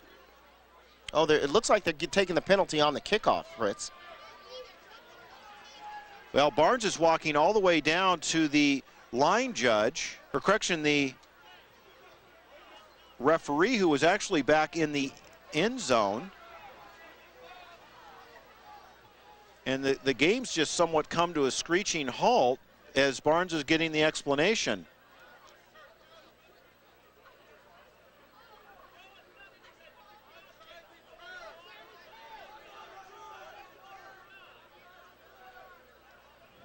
Well, I don't know what was the outcome of that discussion. Maybe just clarification more than anything. Yeah, it looks like Coach Barnes was questioning whether that pass interference call was just declined because the touchdown was good, whether it just, wipes off the penalty. But it looks like they give it to him on the kickoff. So the question is whether they accepted the penalty, and if that was made clear before the extra point was tacked on. Well, nevertheless, Freeburg will have plenty of leg to put that into the end zone, and after a few-minute delay, bring the ball out to the 20-yard line. Boy, the things that we've said for both teams that they have to do. Linebackers for Newport Harbor have to get better drops. They have to do a few things. The Los Alamitos team needs to stay away from the big play and not have the big penalties. And it looks like we're in for a shootout for the last 18 minutes of this game. Well, and really, Kevin, you looked at the ability for both of these teams to strike quickly. And when you have a setup like that, I mean, no score is safe. Right. Absolutely. You cannot sit on a lead here, that's for sure. Well, what Los Alamitos may want to do now is go to more of that ball control attack and see if they can grind out some clock. Clark Evans has time, gets hit hard, but gets it out to Graves, and Graves has a whole lot of real estate. That out to the 40-yard line, so a big 20-yard pickup, but Clark Evans got a pretty good hit on him. Wow, but you know what? That was great patience. He had all the time in the world, and he waited to the last possible second. Look at him. He stood in there, made that throw. The Graves got to the open area, and that's a good play by the quarterback. It's hard to get the kids to stand in there and just take a hit like that. Dustin Campbell was the closing defensive end, and then Brandon Kula was in on the stop. But actually, you see a hard hit like that, and Clark Evans just popped right up. So another benefit of having a very sturdy 6'4" frame. 5:51, Clark's just going to take it and go. Actually, one of his better runs here of late, right up the middle. They've sealed that off very well, but that's a pickup of 5. He takes that hit in the backfield, and then he turns around and runs it right up the gut. You know, there's a couple things you can't teach. You can't teach his size, and you definitely cannot teach a kid to be tough. And those are two attributes that he has. Well, Cam Jones checks in, so this always gets interesting. He's been very effective in clearing some holes, but he's even been more effective getting a pass out in the flat, and had a huge pickup just a few series ago. They go back to that play action. There he goes all by himself, and Clark Evans going to run it himself. I'll tell you, Cam Jones was wide open. It got me excited. I wanted to jump in and start doing the play-by-play for you because he was wide open. But you called it. You saw it when he came in there. Yep. And that's been successful the last 2 or 3 times they've run that play. Well, and the Los Al faithful looking for a late hit on Clark Evans. So the personnel coming in and out. Cam Jones checks out. Anytime he is in on offense, it's always exciting. Now they empty that backfield, so this could go anywhere, folks. Let's see if they're going to defend across the middle. Jenkins going right back to the middle, and there it is again. And watch this. You had Helfrich deeper this time. You know, and what's happening, the linebackers, they're kind of disguising their coverage now. They're lining up so wide, but the difference is they were lining up wide before, but they weren't getting very good drops. Now Helfrich made a much, much better drop, as you stated, and was in good position. And it was almost like Evans was so used to nobody being there that he didn't even see him. Yeah. He's got to take, he's taking a pre-snap read right now, and look at how wide the backers are now because they're cheating towards the trip side. Well, and you got Washington now in the game. He caught a pass, and that gets knocked down at the line. They blitzed. Well, and they got a good hit on Evans again. Dustin Campbell looked like he was in the neighborhood. Of course, Obenauer is always in the neighborhood at 6'6". You know, Evans made a good read. He made a good read. He just got that ball batted down, which probably doesn't happen to him too many times. But he made the good read against that blitz. Now we've got 3rd and long. Let's see what they go with. Let's see if Newport Harbor just sits back in that zone and lets him pick it apart. Washington was open in the flat.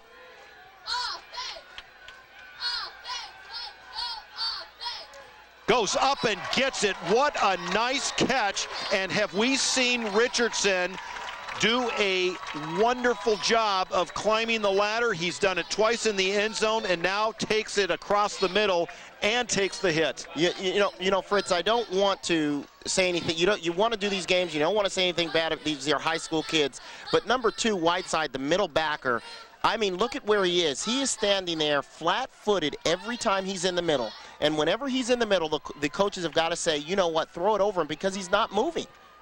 Just watch him play by play. Well, that's enough for the first down. Clark Evans with that middle open, and oh, he gets nailed.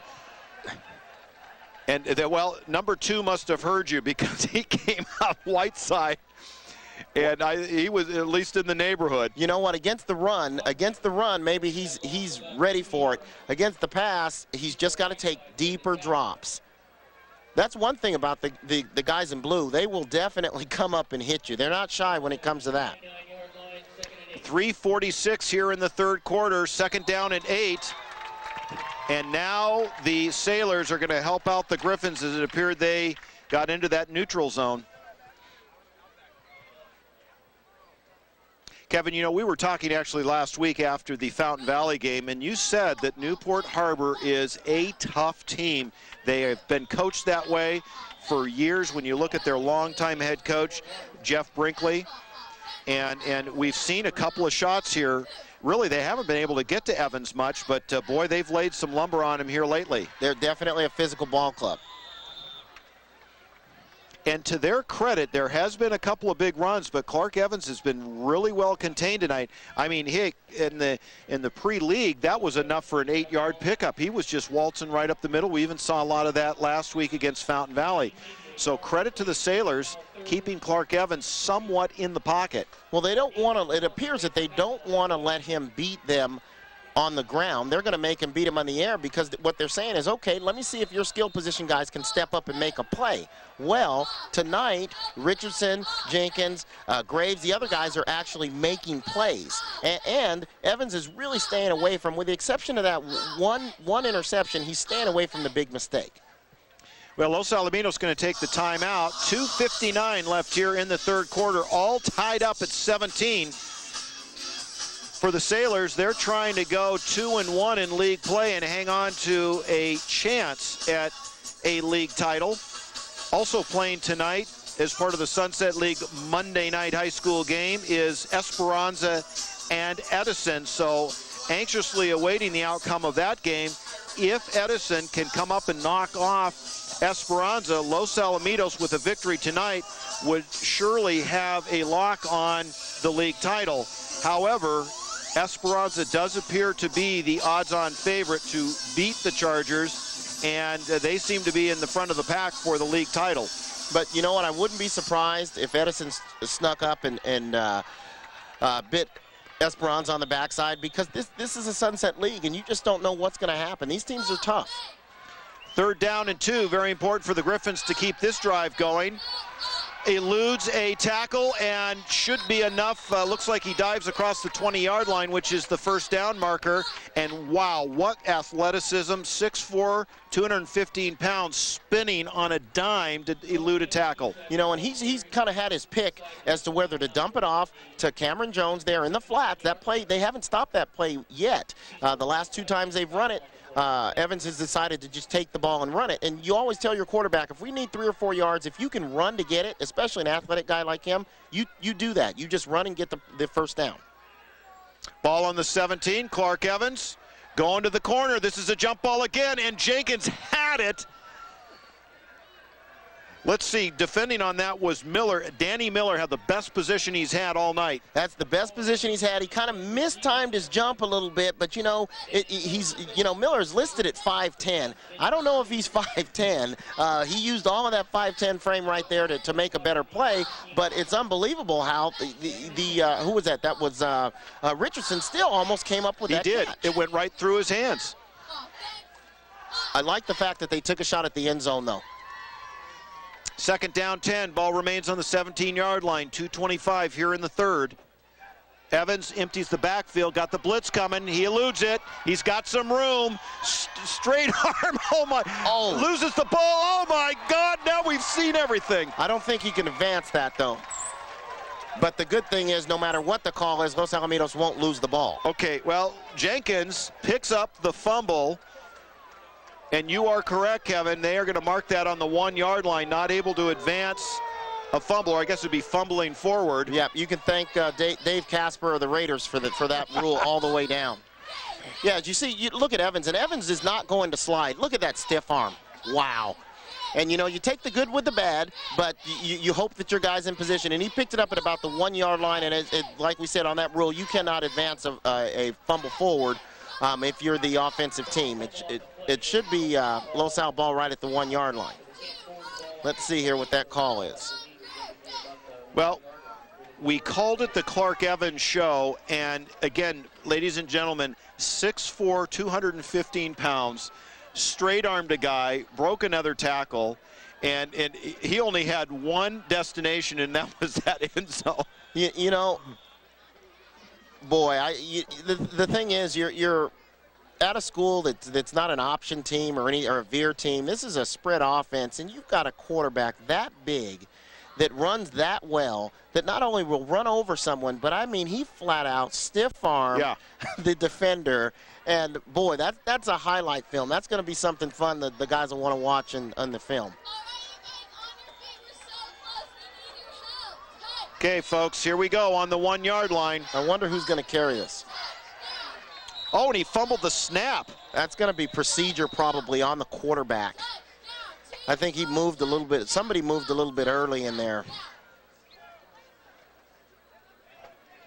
Now, for Los Alamitos, with the quick scoring threat of Green and McDonald, you really feel like you need to walk away with 7 here. And moving back, now it is first down and 6, but you just hate to back up when you're that close. Now you just want to tell Evans on the sidelines is just, son, settle down, and, get us 6 points. Well, this will change the play calling a little bit. I'd like to see if they go to Washington, just because everybody here knows Evans is going to carry the ball. Well, he uses as a doormat. That's a good description. Yeah, number 21, which is Guzman. Okay, so they get back roughly about 3 yards. About 3 of that, so it's just inside now the 5-yard line. Well, maybe they only picked up 1 or 2 on that. So it's second down and 4. That little play-action pass is, if Cameron Jones is in the game, that play-action pass on the goal line may be pretty good. They haven't run that yet. Josh Coburn checks in, and going off right side, dives ahead, but that'll, again, maybe be a pickup of 2. So still's going to leave them with about a 3-yard third down look. Well, if you're going to try to grind it out, if you're going to continue to run the ball like this, you've got to figure that this is 4-down territory. So if you're going to run it, run it. But right now, on third down and about 3, it looks like they're about on the 3-yard line. A play-action pass would be something that would be an automatic touchdown for them, the way Evans has been running the ball. I had called Josh Coburn in there. That's number 88, Adam Knighton, at 235 pounds that had checked in. He now checks out. So Cam Jones, Washington in the backfield. They do go play action and throws it in the dirt to Graves. It looked like Graves was open, so here's the question. Do you go for the 3? Looks like they will. So a huge opportunity lost. The ball on the 1-yard line. Procedure moves it back. You think, okay, first down and 6. And that was enough to make it interesting. So in comes Zach Abrams to tack on 3. Well, you've got this. This is probably the right call because it should be an automatic 3. You never know, and with the kicker, you never know. But you got to put your points up on the board. Kick is up, and that is good. So Zach Abrams, perfect tonight with field goals, and the Griffins need it. 20-17, and a drive stalls on the 1-yard line. If there's a such thing as a moral victory in that particular case, Newport Harbor they just got to that level of moral victory. No kidding. Of only giving up 3 points. Well, and I said the ball stalled on the 1, that before the penalty that moved it back. And really, if you're the Sailors right now, this could easily have been a touchdown, and yet the Griffins shot themselves in the foot. So penalties are always costly. Yes, they are. And you know, especially, you know, penalties on your 1-yard line or penalties on their 1-yard line. They're always going to be pretty bad. Now, if you get a shot of Coach Barnes, he is doing some very animated coaching to the special teams, and you know what they're talking about. You need to keep an eye on number 6. You know, to be quite honest, if I'm Coach Barnes, you know what, I save the heart palpitations. I just tell him, don't kick it to him. You know, I say it in a real calm voice. Don't kick it to him. J.B. Green is on the near side, stands on his 3, and on the far side is Michael Helfrich. They kicked it away last time, yet before that it was a squib kick, and that was probably the most effective approach. And they go right at him, and that takes him back into the end zone. So getting a little bit confident there is Zach Abrams in a very kind of heavy air, thick night, and you could hear it was like kicking a pillow, did get it downfield enough to cross that goal line, and of course in high school, cannot run it out. Good way to stop a return. Absolutely, and as I look at the flag, there's absolutely no wind at all, so he put a lot of leg in that. So if anything, if Coach Barnes got through to anybody, it was definitely the kicker. Well, let's keep an eye on number 6. J.B. Green has had 2 touchdown passes right down the middle. McDonald going to keep it as Cam Jones rides him down. That's a nice play. Nice play. You know, the corner loosened up a little bit on Green, which is the smart thing to do. Likely will be the last play before the third quarter break. And we are down to the end of the third quarter. So Los Alamitos ahead by 3, 20-17, as we go into the final quarter. Last year, the Griffins squeaked out a victory, and they are hanging on to a thin 3-point lead, and the Sailors have the ball. And what is like I said, it's turned into, by Sunset League standards, what we've seen the last couple weeks, has turned into a great shootout. Well, this defense so far in the Sunset League has carried the team. Let's go downstairs to Keith Jones. As you may know, Newport Harbor is the home of this year's MTV, The Real Orange County. And something that's real that we haven't seen a lot of this season is the grass. If you take a look down here, I don't know the last time that we actually played on some nature turf. It turns out that as they update the fields, it, believe it or not, is more expensive to have the earth that God gave us than to have the plastic. They guesstimate at Vet Stadium it costs $250,000 each year to keep the field watered, and that's why they went to the artificial turf. But it's nice every once in a while to have the real thing. Thank you very much, Keith. Great thoughts from field side. And the Sailors will pick up business on the 21-yard line. 2nd down and 9. Frazier in at running back, and eating him up is Brett Murphy. And Brett will post back call it a 6-yard loss on the play, as Frazier could not find a lane. Wow, they were running that outside zone. That was great penetration by the defensive tackles and great contain once again by the defensive end. But that penetration, when you get that penetration, boy, they pushed the offensive lineman back in the backfield. The running back had nowhere to go. 3rd down and 12. The question is, do you try throwing that down the middle seam pass to Green when you're in this area of the field, Kevin? Your thoughts? Well, on this, you know what? Depending on where the safeties rotate and they're loosening up on him, I throw deep if I can. He's got to tuck the football. We got a flag, likely be holding. That is complete. Let's wait for the call. That's Green with the reception, and boy, he just accelerates so fast. You saw it just in the few yards that he picked up speed. We'll await the call. Did they already call it holding? Yes, they did.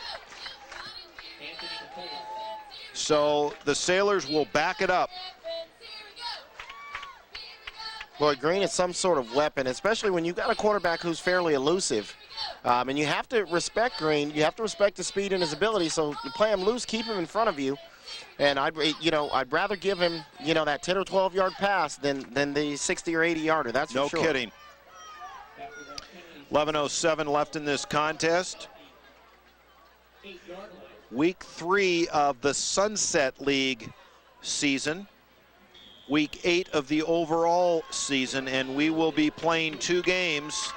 Actually, you could call this week 9. We'll be playing Monday and Friday. 2nd and 22 for the Sailors with the penalty. It's got plenty of time as McDonald trying to find a lane, gets closed off and eating him up. Boy, that defensive line.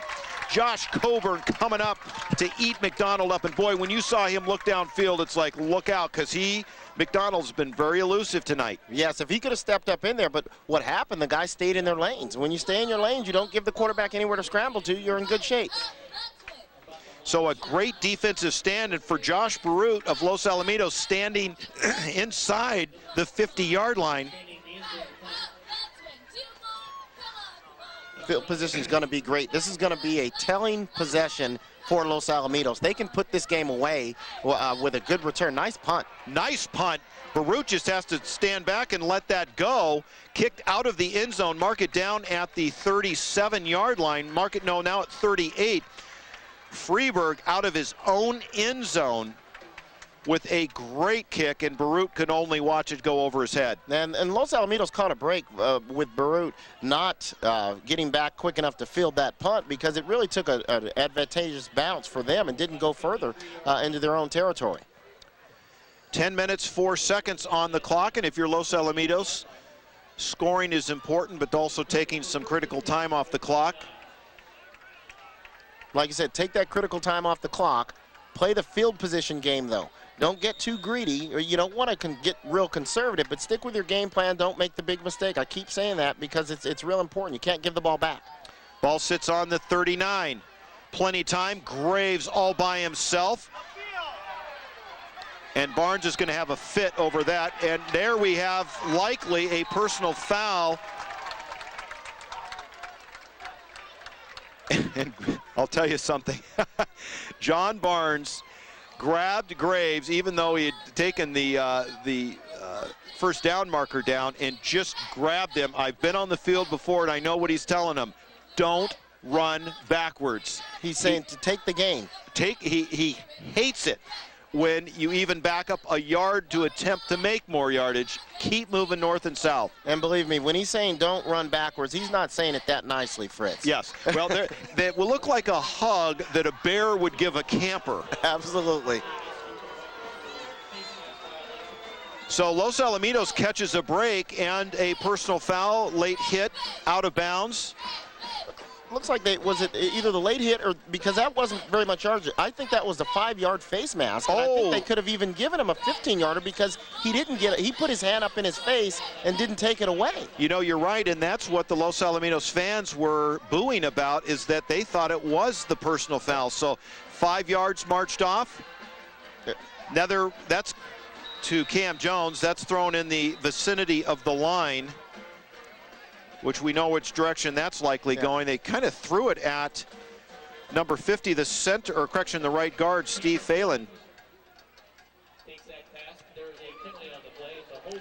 That against Los Alamitos, so the penalty against Graves is negated, and Los Alamitos now has to move it back. They come back there with the play action, throw to Cam Jones. He was totally covered, really, on that play. If the linebacker had made a better break on the ball, that could have been 6 the other way. Well, and the Sailors got a good bit of pressure on Clark Evans, so. Well, last time the Griffins went first down and plus 20 yards, they had a big gain, but you just don't want to keep putting yourself in that position and hope that you can get some sort of jump ball situation. Well, it is 1st and 24. Evans across the middle, and there is that pass again intended for Richardson, and now getting very dangerous. And you talked about it, Whiteside finally getting in position.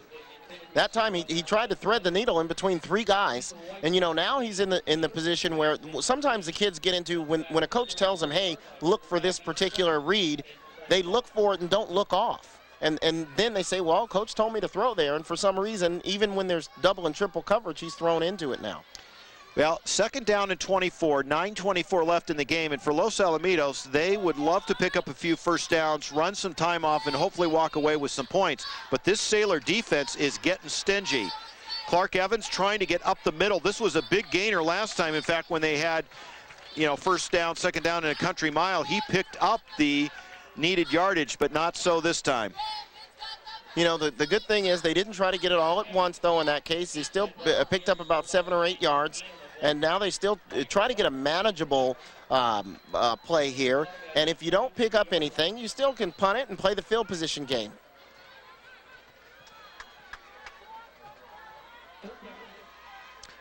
The Griffins empty the backfield, put 5 men in the pattern. That is complete to Richardson. He's off to the races, but just barely gets back to the initial line of scrimmage. So set up nicely, but not enough blocking downfield, and it was just Richardson versus the Sailors. Well, they ran a slip screen to the outside receiver, but the thing is, they ran the slip screen.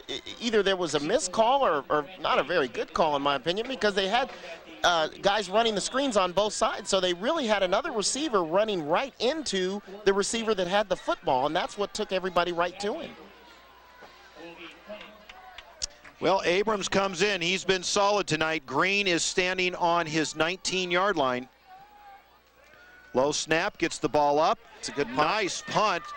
Good punt. And Los Alamitos got caught up, and that is great field position. Credit that to Zach Abrams, and really Green did such a good job selling the fair catch. A lot of the special teams defenders just let up. They fell for it, but the punt was so good. Nose of the football landed. It was up in the air in the perfect spot, landed in the perfect spot, and they were able to get down there. And now, like I said, you play the field position game, and they're going to have to go 96 or 97 yards in order to take the lead in this game. Well, if you're the defensive coordinators, find number 6 and stay on him. You say, and the thing is, you don't stay on him by playing man-to-man, because he'll burn you. You can't do it. So you make sure, and if you do, you make sure you have that safety coverage over the top.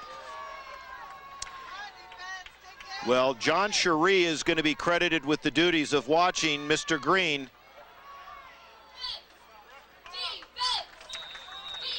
Good tackle there by Los Alamitos.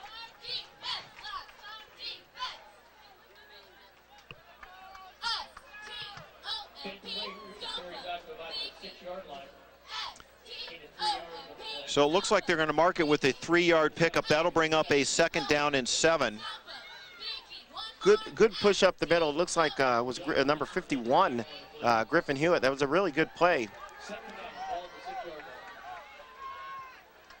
Clock continues to run, 7:18 left here in this game. McDonald, and there they're going to find Green, and that is by Cherie, who's got it. Yeah. Fritz, let me tell you, they had him one-on-one coverage. Now, I don't know if the safety's responsibility, it looked like they were in 2-deep zone. The safety didn't get over the top, and you just can't cover him one-on-one. You can't do it. If you are going to go man-on-man with him, you have got to make sure that you've got bracket coverage on him. Well, John Cherie could not have been in a better position. Actually had his hands on the ball. It's just Green fought for it as they were going down. So as you said, he is almost unstoppable. Man on man, you might as well forget it. And like you said, you can't get any better coverage than that. McDonald right up the middle, that's to Helfrich, and all of a sudden now the Sailors have something going, and they are now managing this clock as it continues to run down at 6:36. They are across the midfield stripe. Well, at least Green has given it to both sides of the Los Alamitos defensive backfield. The thing is, now you've got your guys are going to be back on their heels, and you can make your dump-off passes and do other things, but you've got to bracket him. Make somebody else beat you. They give it to Helfrich, spinning off of tackles, and man, does he turn that into a big gain. That'll move the chains. First down, 6:08 left in this contest. Boy, I really like Helfrich. That kid is a good player. Good push on the line, a little backside trap, gut play with the pulling guard or pulling tackle up in there, and that's just a nice run. He'll take that all day long. It's running time off the clock. And if you're Los Alamitos, you got to get a stop here. You may get the ball back, not enough time to do much with it. There goes the dangerous Green. They're going to pitch it to him. They've got good contain, and Los Alamitos keeps speeding up number 6 right around the line of scrimmage. Oh, yeah. You know, they gave up. Anytime you can have Green touch the ball and him only gain 2 yards, you just won. They run that toss play. It's basically a student body right with the motion there, and Los Alamitos strung it out, and the guys came in and laid the hit on him. Second down and 8. This is about the same field position in the first half that they hit Green right over the middle for a touchdown. This is a big down. You want to keep them 3rd and long if you can. Outside blitz. That is complete, and checking in there is Whiteside, and he was all by himself. Covering on that was Barute. They brought the outside backer in on a blitz, so you have no help on anything in the flats at all, and so he was alone on him, and he didn't want to get beaten deep. You'll see the blitz from the outside backer. They pick it up well. He runs the out. They ran that route right where the guy was coming from. So now John Cherie is going to have to cover Mr. J.B. Green, number 6 on the outside.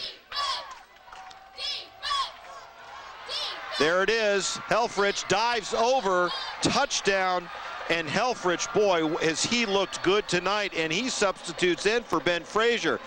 Now, Kevin, you let them score now. You still got yourself 4:33. They were on the move. It looked like they were going to score. Is it possible that you've just given yourself an advantage as we see Helfrich just find a huge lane? You know, Fritz, at my advanced age and advanced poor condition, I could have run through that hole. Well, so here's the deal.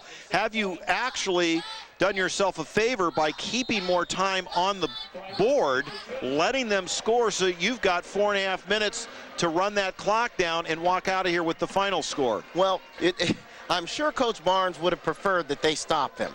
However, you say, if you are going to score, leave me 4.5 minutes and 2 timeouts. You prefer them not to just march 96 yards in just a matter of 2 or 3 minutes, but if they are going to score, you want them to score early enough that you can get down there. Now, but the thing is, now Los Alamitos has to score a touchdown. They have to score a touchdown, and they're not going to be able to get it by grinding it out with running Clark Evans up the middle, unless there's just some sort of breakdown by Newport Harbor, and it's going to be, the other guys are going to have to step up like they've done in the previous quarters. Well, and this is about the same amount of time right before the halftime break when Los Alamitos marched down, and we said, got to be careful of the time even before the halftime break. This is about the exact amount of time.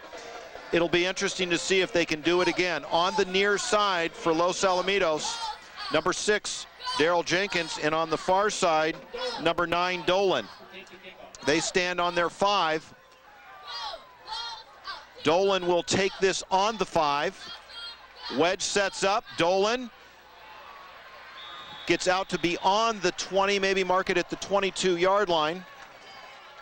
And Clark Evans will have an opportunity for one of the first times this year, although against Santa Monica they did have a game-winning drive, but this is when it really counts. Yeah, the return man, he's taking it right up in the wedge like he should. Host of guys there to make the play. Los Alamitos now is about 73 yards or 77 yards away, and they've got to score a touchdown. Not to get too far ahead of ourselves here, but in talking with the coaches, had this game not been played, they would have finished no less, in their opinion, than second. Having played this game, if they were to lose, then, you know, it's anyone's guess. They've got then the very tough Esperanza. But if they not played tonight, they felt like they would have been the league championship game next week, assuming that they could have gotten by Marina fairly easily, which is the last game of the season. So this could be, oh, Jenkins makes a great comeback. He hadn't even turned around when that ball was in the air. Nice pickup of about 6. So the point is, having played this game tonight, Los Alamitos, to keep second place alive and a shot at the league title, needs a victory. A loss here tonight throws everything into chaos. It throws everything into chaos, means that they absolutely have to go out and win. But like you said, let's see if they can pull it out tonight. There's Cam Jones, very sure-handed. He'd be wise to try to get out of bounds, gets it out. Important thing is they move the chains, stops the clock for the moment. The Griffins need to get on the ball. Unlike the previous play, Clark Evans looked his receiver off, did a good job of looking him off, then came back to the right side and made the dump off. He's got to make sure that when he makes that drop, he's getting plenty of time not to get too impatient, not to stare down his receivers, because now Newport is going into a prevent defense. Now they're going with a 3-man front, nickel package, and you know, sometimes they say the prevent defense only does one thing. Well, and we're watching it right here. Oh, nice pass. Sure-handed Cam Jones. Nice, and he got out of bounds. Yep, got out of bounds. Defending on that was Ned Lyon. And like you said, that is Los Alamitos' bread and butter, that flat and screen pass. So if they're going to give that to Los Al all night, this is going to be a challenge for the Sailors. They are going to have to come up and defend that. Absolutely, and all they're thinking is, well, they do have to score a touchdown, but you're just going to let them nickel and dime you all the way down the field, and that prevent defense sometimes prevents you from winning. Clark Evans goes to the run, still on his feet, and is out near now the Sailors' 40-yard line. So great play calling, setting up the little flat passes, and then coming back with the surprise. That's enough to move the chains. Now, I said earlier that they're not going to be able to have Clark Evans run up the middle. Well, if you go with a 3-man front against a 220-pound quarterback, he is going to stiff-arm his way right through your defense. Mark it on the 41-yard line.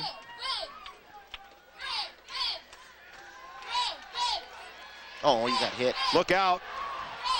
So lucky to get that back, and one of the first times tonight that Clark Evans has had pressure on him while he was throwing. Wow, he's really fortunate that the defender mistimed his jump, misread it, and didn't make the play on that, but he did get hit pretty hard. That was Nathan Talbot, and how that did not get picked, because that was a lame duck up there. And again, Clark Evans is so patient. He will take a hit. Just confidence in the strength of his arm. That almost cost them the game. 3:07 left here in week 3 of league play. Steps up in the pocket, and they bring the blitz big time, and this is a huge defensive stand. Coming up there is Whiteside. Now, the defensive coach for Newport Harbor made an adjustment. The previous plays, they had sat back in that zone. The last 2 times they brought pressure. This time they absolutely brought the house, because they cannot let him sit back there and throw that football. 2:42. Los Alamitos has 2 timeouts left. 3rd down and 18. This is surely 2-down territory. And as you said, Kevin, they don't need it all right here, but they'd like to pick up a good chunk of it.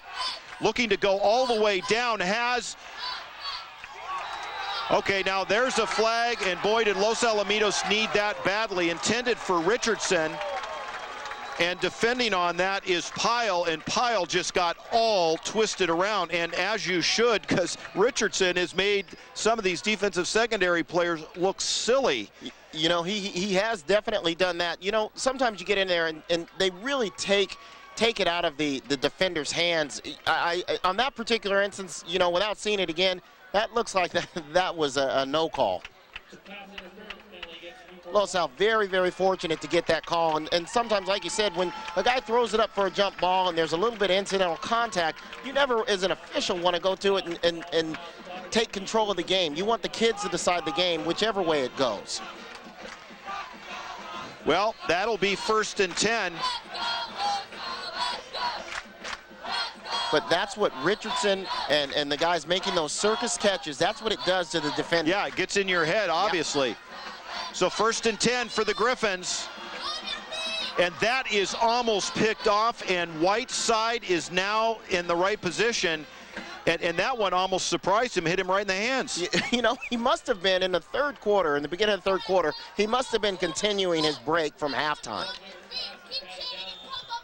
He comes over the top. You know, he never looks off the defender. Whiteside actually got off the ground and one side down. He threw it, and if Whiteside hadn't attempted it, it may have been an interception. Yeah, that's a good point, because there were 2 other Sailors in the backfield. Well, that's a 2nd down and 10. Griffins fans are on their feet. Be patient. They're finally getting good pressure on Evans. Graves needs to think about getting out of bounds, and does, but that'll be another 1st down.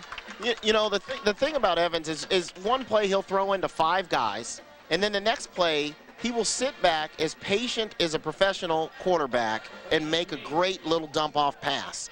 You know, it just shows, number one, that these are 16 and 17-year-old kids, but number 2, the potential that he has is so great.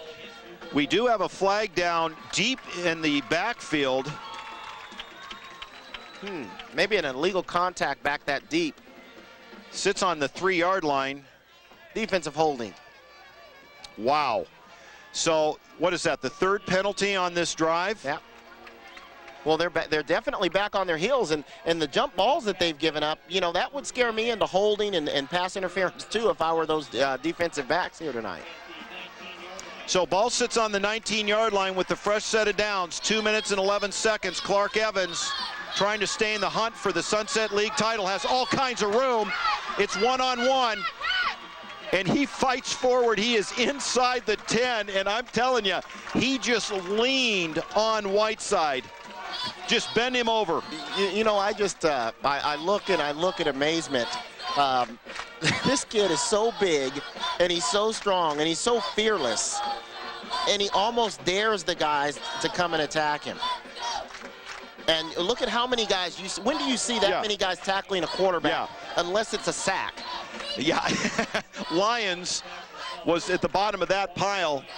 So we are now down at 145.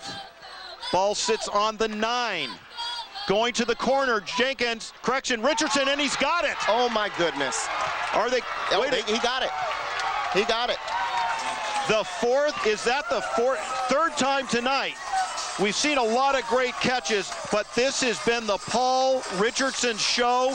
Talk about walking the tightrope. Look at Richardson on this play. Evans makes a perfect pass. My guy or no guy, and he got 1 foot in. That was a great catch. I'm telling you, this was Paul Richardson's coming out party, and he has made it look absolutely circus-like. Unbelievable. This is exactly what the Los Alamitos offense needed before the Esperanza game. Exactly. They needed to open it up. The role players, for lack of a better term, needed to step up. Yep. And let me tell you something. Richardson's not a role player anymore. No. Not tonight. He's the lead role. He is the lead role. There he is, number 8, sophomore, 6 foot, 165-pounder. Folks, we said it. Graves, Jenkins, Richardson, all underclassmen. And he's playing, you said he's 6 foot. He's playing like he's 6'4". Easy. And they are, like I said, and you know, it's funny, we started out the broadcast, and I compared Clark Evans to Tim Tebow. Yep. Then I turned around after a couple of jump balls and compared them to Brady and Randy Moss. I know I've made his parents really happy tonight with that, but, you know, that's exactly what it is. And he's put each one of those passes where nobody else could get them except his guy. Well, Coach Barnes just finished instructing the special teams, and, folks, if you think this one's over, I wouldn't go away. You got 1:37 left. You've got a couple of dangerous return guys, Green on the far side, and Helfrich, which has had an insanely great game. Zach Abrams did punch it in for the first time tonight in the end zone, but other than that, he has left it short and returnable. So it'll be interesting to see if they go squib or go all the way for the end zone. This will be returned, and that is Green on the 2-yard line. Well, Coach Barnes has had to have had his heart jump through his throat. I don't know what the thought process there was, but Green did it again. You know, he stuck his chest out a little bit after putting it in the end zone the time before. And though if you kick it out of bounds, they get it on the, I think, the 35. So, you know, there's only a few yards difference. I just don't like the risk of kicking it to a guy who is like Billy White Shoes Johnson from years ago. Nopolis there with the stop. So a minute 29 left. Keep an eye on number 6. He's your near side receiver.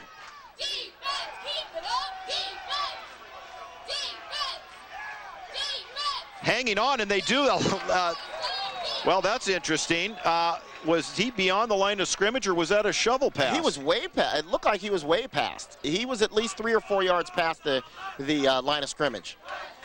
So, yeah, the flag is down on the other side. Oh, it is. Okay, yeah. I didn't see the flag. I'm sorry. The scissors.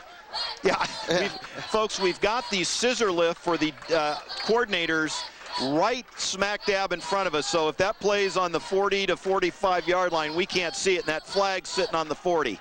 That was good, very good closing speed and a very good tackle made by the Los Alamitos defender. And then McDonald, trying to make something happen, was not aware of where he was on the field. He was at least 3 yards past the line of scrimmage, I would say, and you know, put himself in a bad spot.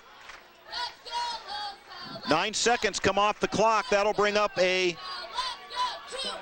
first down and 15. Wow, is that a spot foul? That doesn't look like 15 yards. No, it doesn't. The scoreboard's showing 15, but that looks like more like that's first and 13. Yeah, that's about a 3-yard penalty, huh? Bringing the blitz there, looked like a hold. Helfrich still on his feet. Helfrich has been very dangerous, picks up a block. This is going to be a foot race. And out of bounds at the 7-yard line. Helfrich turned nothing into a huge game in an even minute on the clock. Perfect call against that blitz. They went with a 3-man front, but rushed 5 guys as a perfect call. But then Helfrich avoids 1 tackler, 2 tacklers. And right here, that block. And we had a couple of blocks to spring him.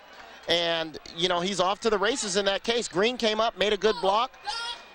That's a really good, that was a good play call by the coaches and a really, really good run after catch by Helfrich. Well, I mean, you look at the athletes for the Sailors. I mean, we've seen McDonald do it in the air and on the ground. And then, of course, I mean, the Helfrich running back game, I mean, once they substituted Frazier out, now I know why they've got Helfrich in there. He is a tough guy to bring down. As you said, broke 2 tackles, cut it across field, picked up a block.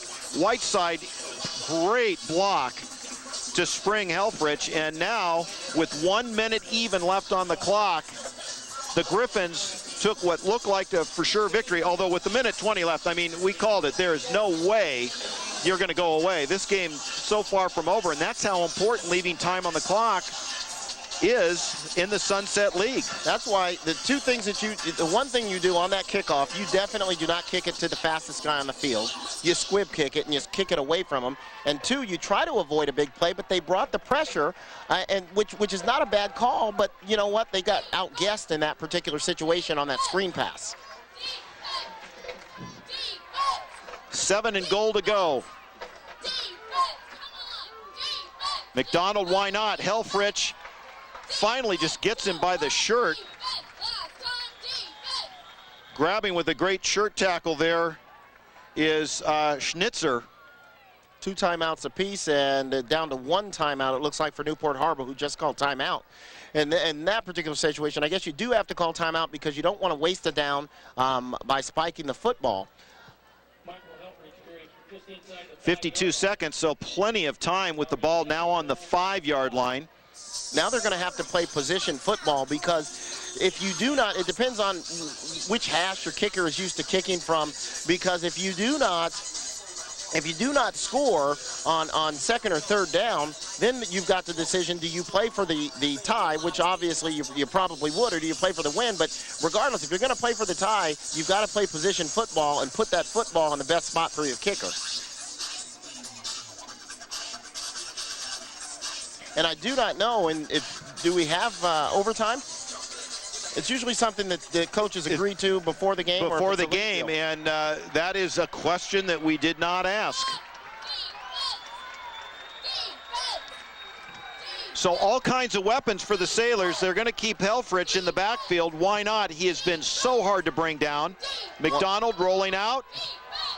Pass, and that is knocked away. Great coverage by Los Alamitos. Had him one-on-one coverage the whole way one-on-one coverage. And that was James Dolan. James Dolan covered him inside out. Totally gave up the outside, made a great break on the football. So number 9 keeps the Griffin hopes alive. And he's out there, he was basically out there on green on an island. He's playing one-on-one football. All he's got to do when he makes that out is stay on his hip just like he did and make that play. That was a good play by Dolan. So 3rd down and 5, and then it'll be the interesting call if they don't punch it in here. Do you go for the tie or do you go for the win? Helfrich remains your lone setback, and McDonald, the junior, steps in. Green is your man in motion. They give it to Green, cuts it inside, breaks a tackle like he's been doing all night. He's touchdown. Now, 41 seconds left.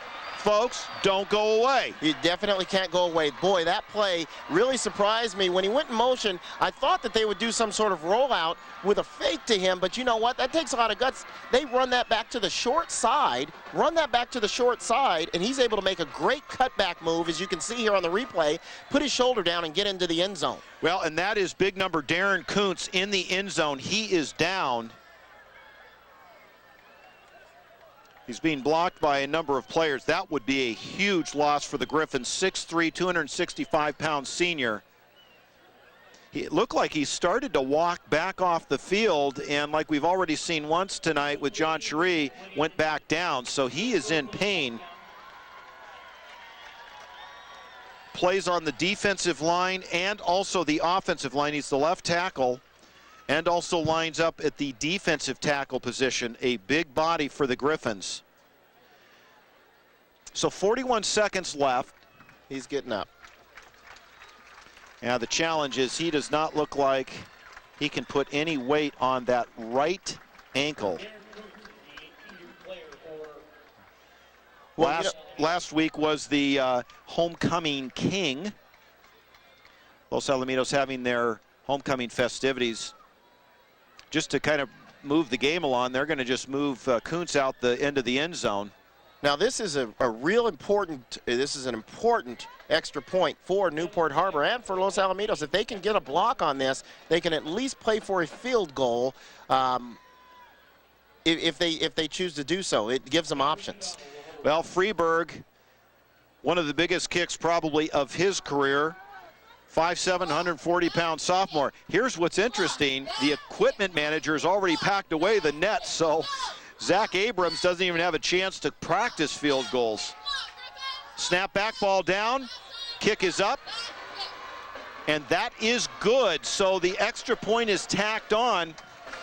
And with 41 seconds left, Clark Evans going to have to suit up and do it again.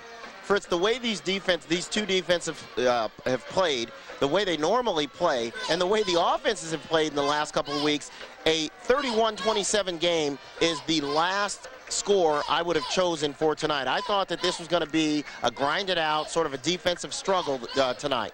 Well, and if you think about it, against the last two Sunset League opponents, Los Alamitos has only put 13 points on the board in both games, total of 26 in 2 weeks. And Newport Harbor did absolutely nothing against Esperanza last week. Offensively, their running game did not look good at all. And so, you know, this is a complete shock how both teams have been able to make such big plays. And it's definitely been a game of big plays. There's been some portions where they're grinded out, but each team is finishing off with a big play. Well, in the backfield, you've got Dolan on the far side and Jenkins on the near side.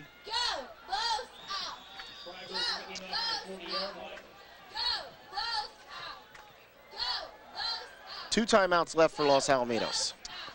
Freeberg going to kick it away. Dolan may have a shot at it. Dolan takes it at the 4. Going far side.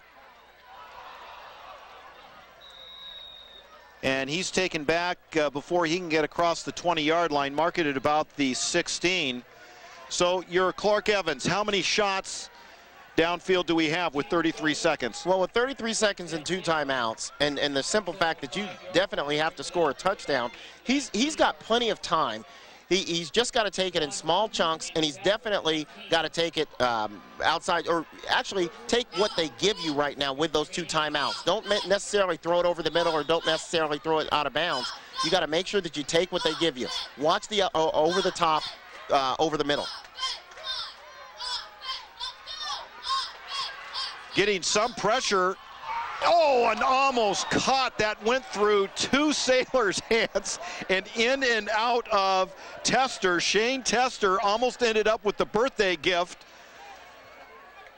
Criminy sakes, would that have been a circus catch? Fritz, I almost hit my head on the top of the ceiling here. I thought he was going to make that catch. And right when he threw the ball, I said, oh, no, they're 4. Because if you look at the coverage now, they're 4 deep. They're 4 deep. But watch number 2. Number 2 has got to get better drops. If he doesn't, Evans is going to keep trying to throw over the middle. Well, 26 seconds on the clock. That'll bring up a 2nd down. Plenty of time. You got to dump it, get out of bounds. Good. So that'll be just shy. Well, they may give them the 1st down. Let's see. Yep, that's enough to move the chains. 19 seconds, so Washington very good in getting to that sideline. Now, if you throw it over the middle, now you've got to make sure that you use your timeouts. You can't take them with you, so they've got to make sure that they use them if he throws it over the middle, and I'm sure he will. Evans steps up. Now it's just heaves it downfield. This is going to be a jump ball, and that is picked off. He'd be smart to just fall on the ground. Runs out of bounds. That was intended for Richardson, and a great coverage. Pyle. And how many times has Pyle been beat tonight? And when it really mattered, Pyle comes up and makes the stop. And actually, Richardson was setting up for a jump ball. It just did not carry as far as he thought. Yep, it was just underthrown, and he was definitely throwing it up in the air because he thought that Richardson would out-jump them, but he just threw it 5 yards short. Well, a little different throwing it in midfield than it is throwing it in the end zone. Yeah, when you're throwing it at the end of the game and they're nothing but except Hail Marys, when the defense is playing an umbrella 4-deep zone, there's not much you can do on that. Well, for Los Alamitos, they had to wind down the clock for, well, about a minute and a half or so, and we said this would be a dangerous amount of time left on the board. And for the game that the Griffins didn't want to play, it offers them their first loss. So Los Alamitos goes to now 2-1. And for the Newport Harbor Sailors, they now get to 2-1 in a game Newport badly needed in order to stay in the hunt. And now for Los Alamitos, this is going to severely affect going into a big game tomorrow. Correction, almost tomorrow. It'll be Friday against Esperanza. No longer will this be, unless we find out there was an interesting upset. If the Chargers were able to get a hold of Esperanza and get out of there with a victory, assuming that Esperanza wins, they will likely cruise into the league championship position, and this is a critical game for Los Alamitos. Probably will be fighting for a 3rd position. Absolutely. You know, this is a real critical loss, and for Newport Harbor, this is a huge game because next week, or like you said, tomorrow rather, a couple of days, they've got Marina on the schedule. And though you don't want to think of any game as a gimme game, they'll definitely be an advantage when they play Marina next week. So this really throws a big monkey wrench into there, and depending on what went on tonight when the Esperanza game, we're looking at a lot of teams at 2-1 possibly. Well, ladies and gentlemen, we are going to take a short break. We'll be back with some final thoughts before we wrap it up here from Davidson Field. Ladies and gentlemen, don't go away. We'll be right back. Welcome back to Davidson Field for our post-game thoughts. Fritz Pollard, Kevin Robinson, and Keith Jones. And Kevin, your final thoughts on the game. Well, Newport Harbor, after a long absence from the Sunset League, has just proven that they definitely belong here with the big boys. As we spoke earlier, you know, this was a shootout game, but they are a physical football team. They have got some really, really outstanding skill position players, and they're well coached. You know, you just can't have as many big plays that Los Alamitos gave up on defense today. You know, they had big plays on offense, and that was something that we've been looking for the past few weeks that they haven't gotten, but it's the big plays on defense that they gave up that were kind of a shock tonight. Well, and 2 touchdowns to J.B. Green right across the middle. J.B. Green had 2 steps minimum on that defensive backfield, and he was just a lightning streak across the field, and credit Andrew McDonald, the junior QB, for finding him. Really became the difference maker in this game. He definitely was, you know, and then when the Griffins decided that he wasn't going to be the one to beat them, they went back to Helfrich. Absolutely. And he just turned it on. You mentioned earlier, hey, where's Frazier? Well, you know what? I don't know why he was out, but for Newport Harbor, you know what? Helfrich was a really good blessing for them tonight. Well, Helfrich actually had the bigger runs. He was able to break tackles, very strong and very speedy. Let's look for a moment here at Los Alamitos and Paul Richardson. Too bad it's got to be a loss, because he had 3 circus catches in the corner that required a lot of balance and skill to even stay inbounds, let alone climb the ladder against some taller defenders to pull those balls down. He absolutely came out tonight and looked like a superstar out there on the field. Clark Evans put the ball where he was supposed to put it, but Richardson went up there and made some outstanding catches. Now, if you can go in there and you can find some positives in the loss, one of your positives is definitely that we have found some other weapons, and we've given Esperanza in this short week, we've given them something else to practice against, to practice for, because Tuesday, Wednesday, and Thursday, I guarantee you, if Clark Evans runs for 150 and throws for 180 tonight, and none of the other guys do anything, all they're concentrating on is stopping Clark Evans. Now they've got other weapons they're going to have to practice for. Well, and this really was an awakening for Los Alamitos. We saw the look that we're used to seeing from Griffin teams, and they woke up tonight. It's just unfortunate it came in the loss. So for Los Alamitos, overall, they dropped to 6-2.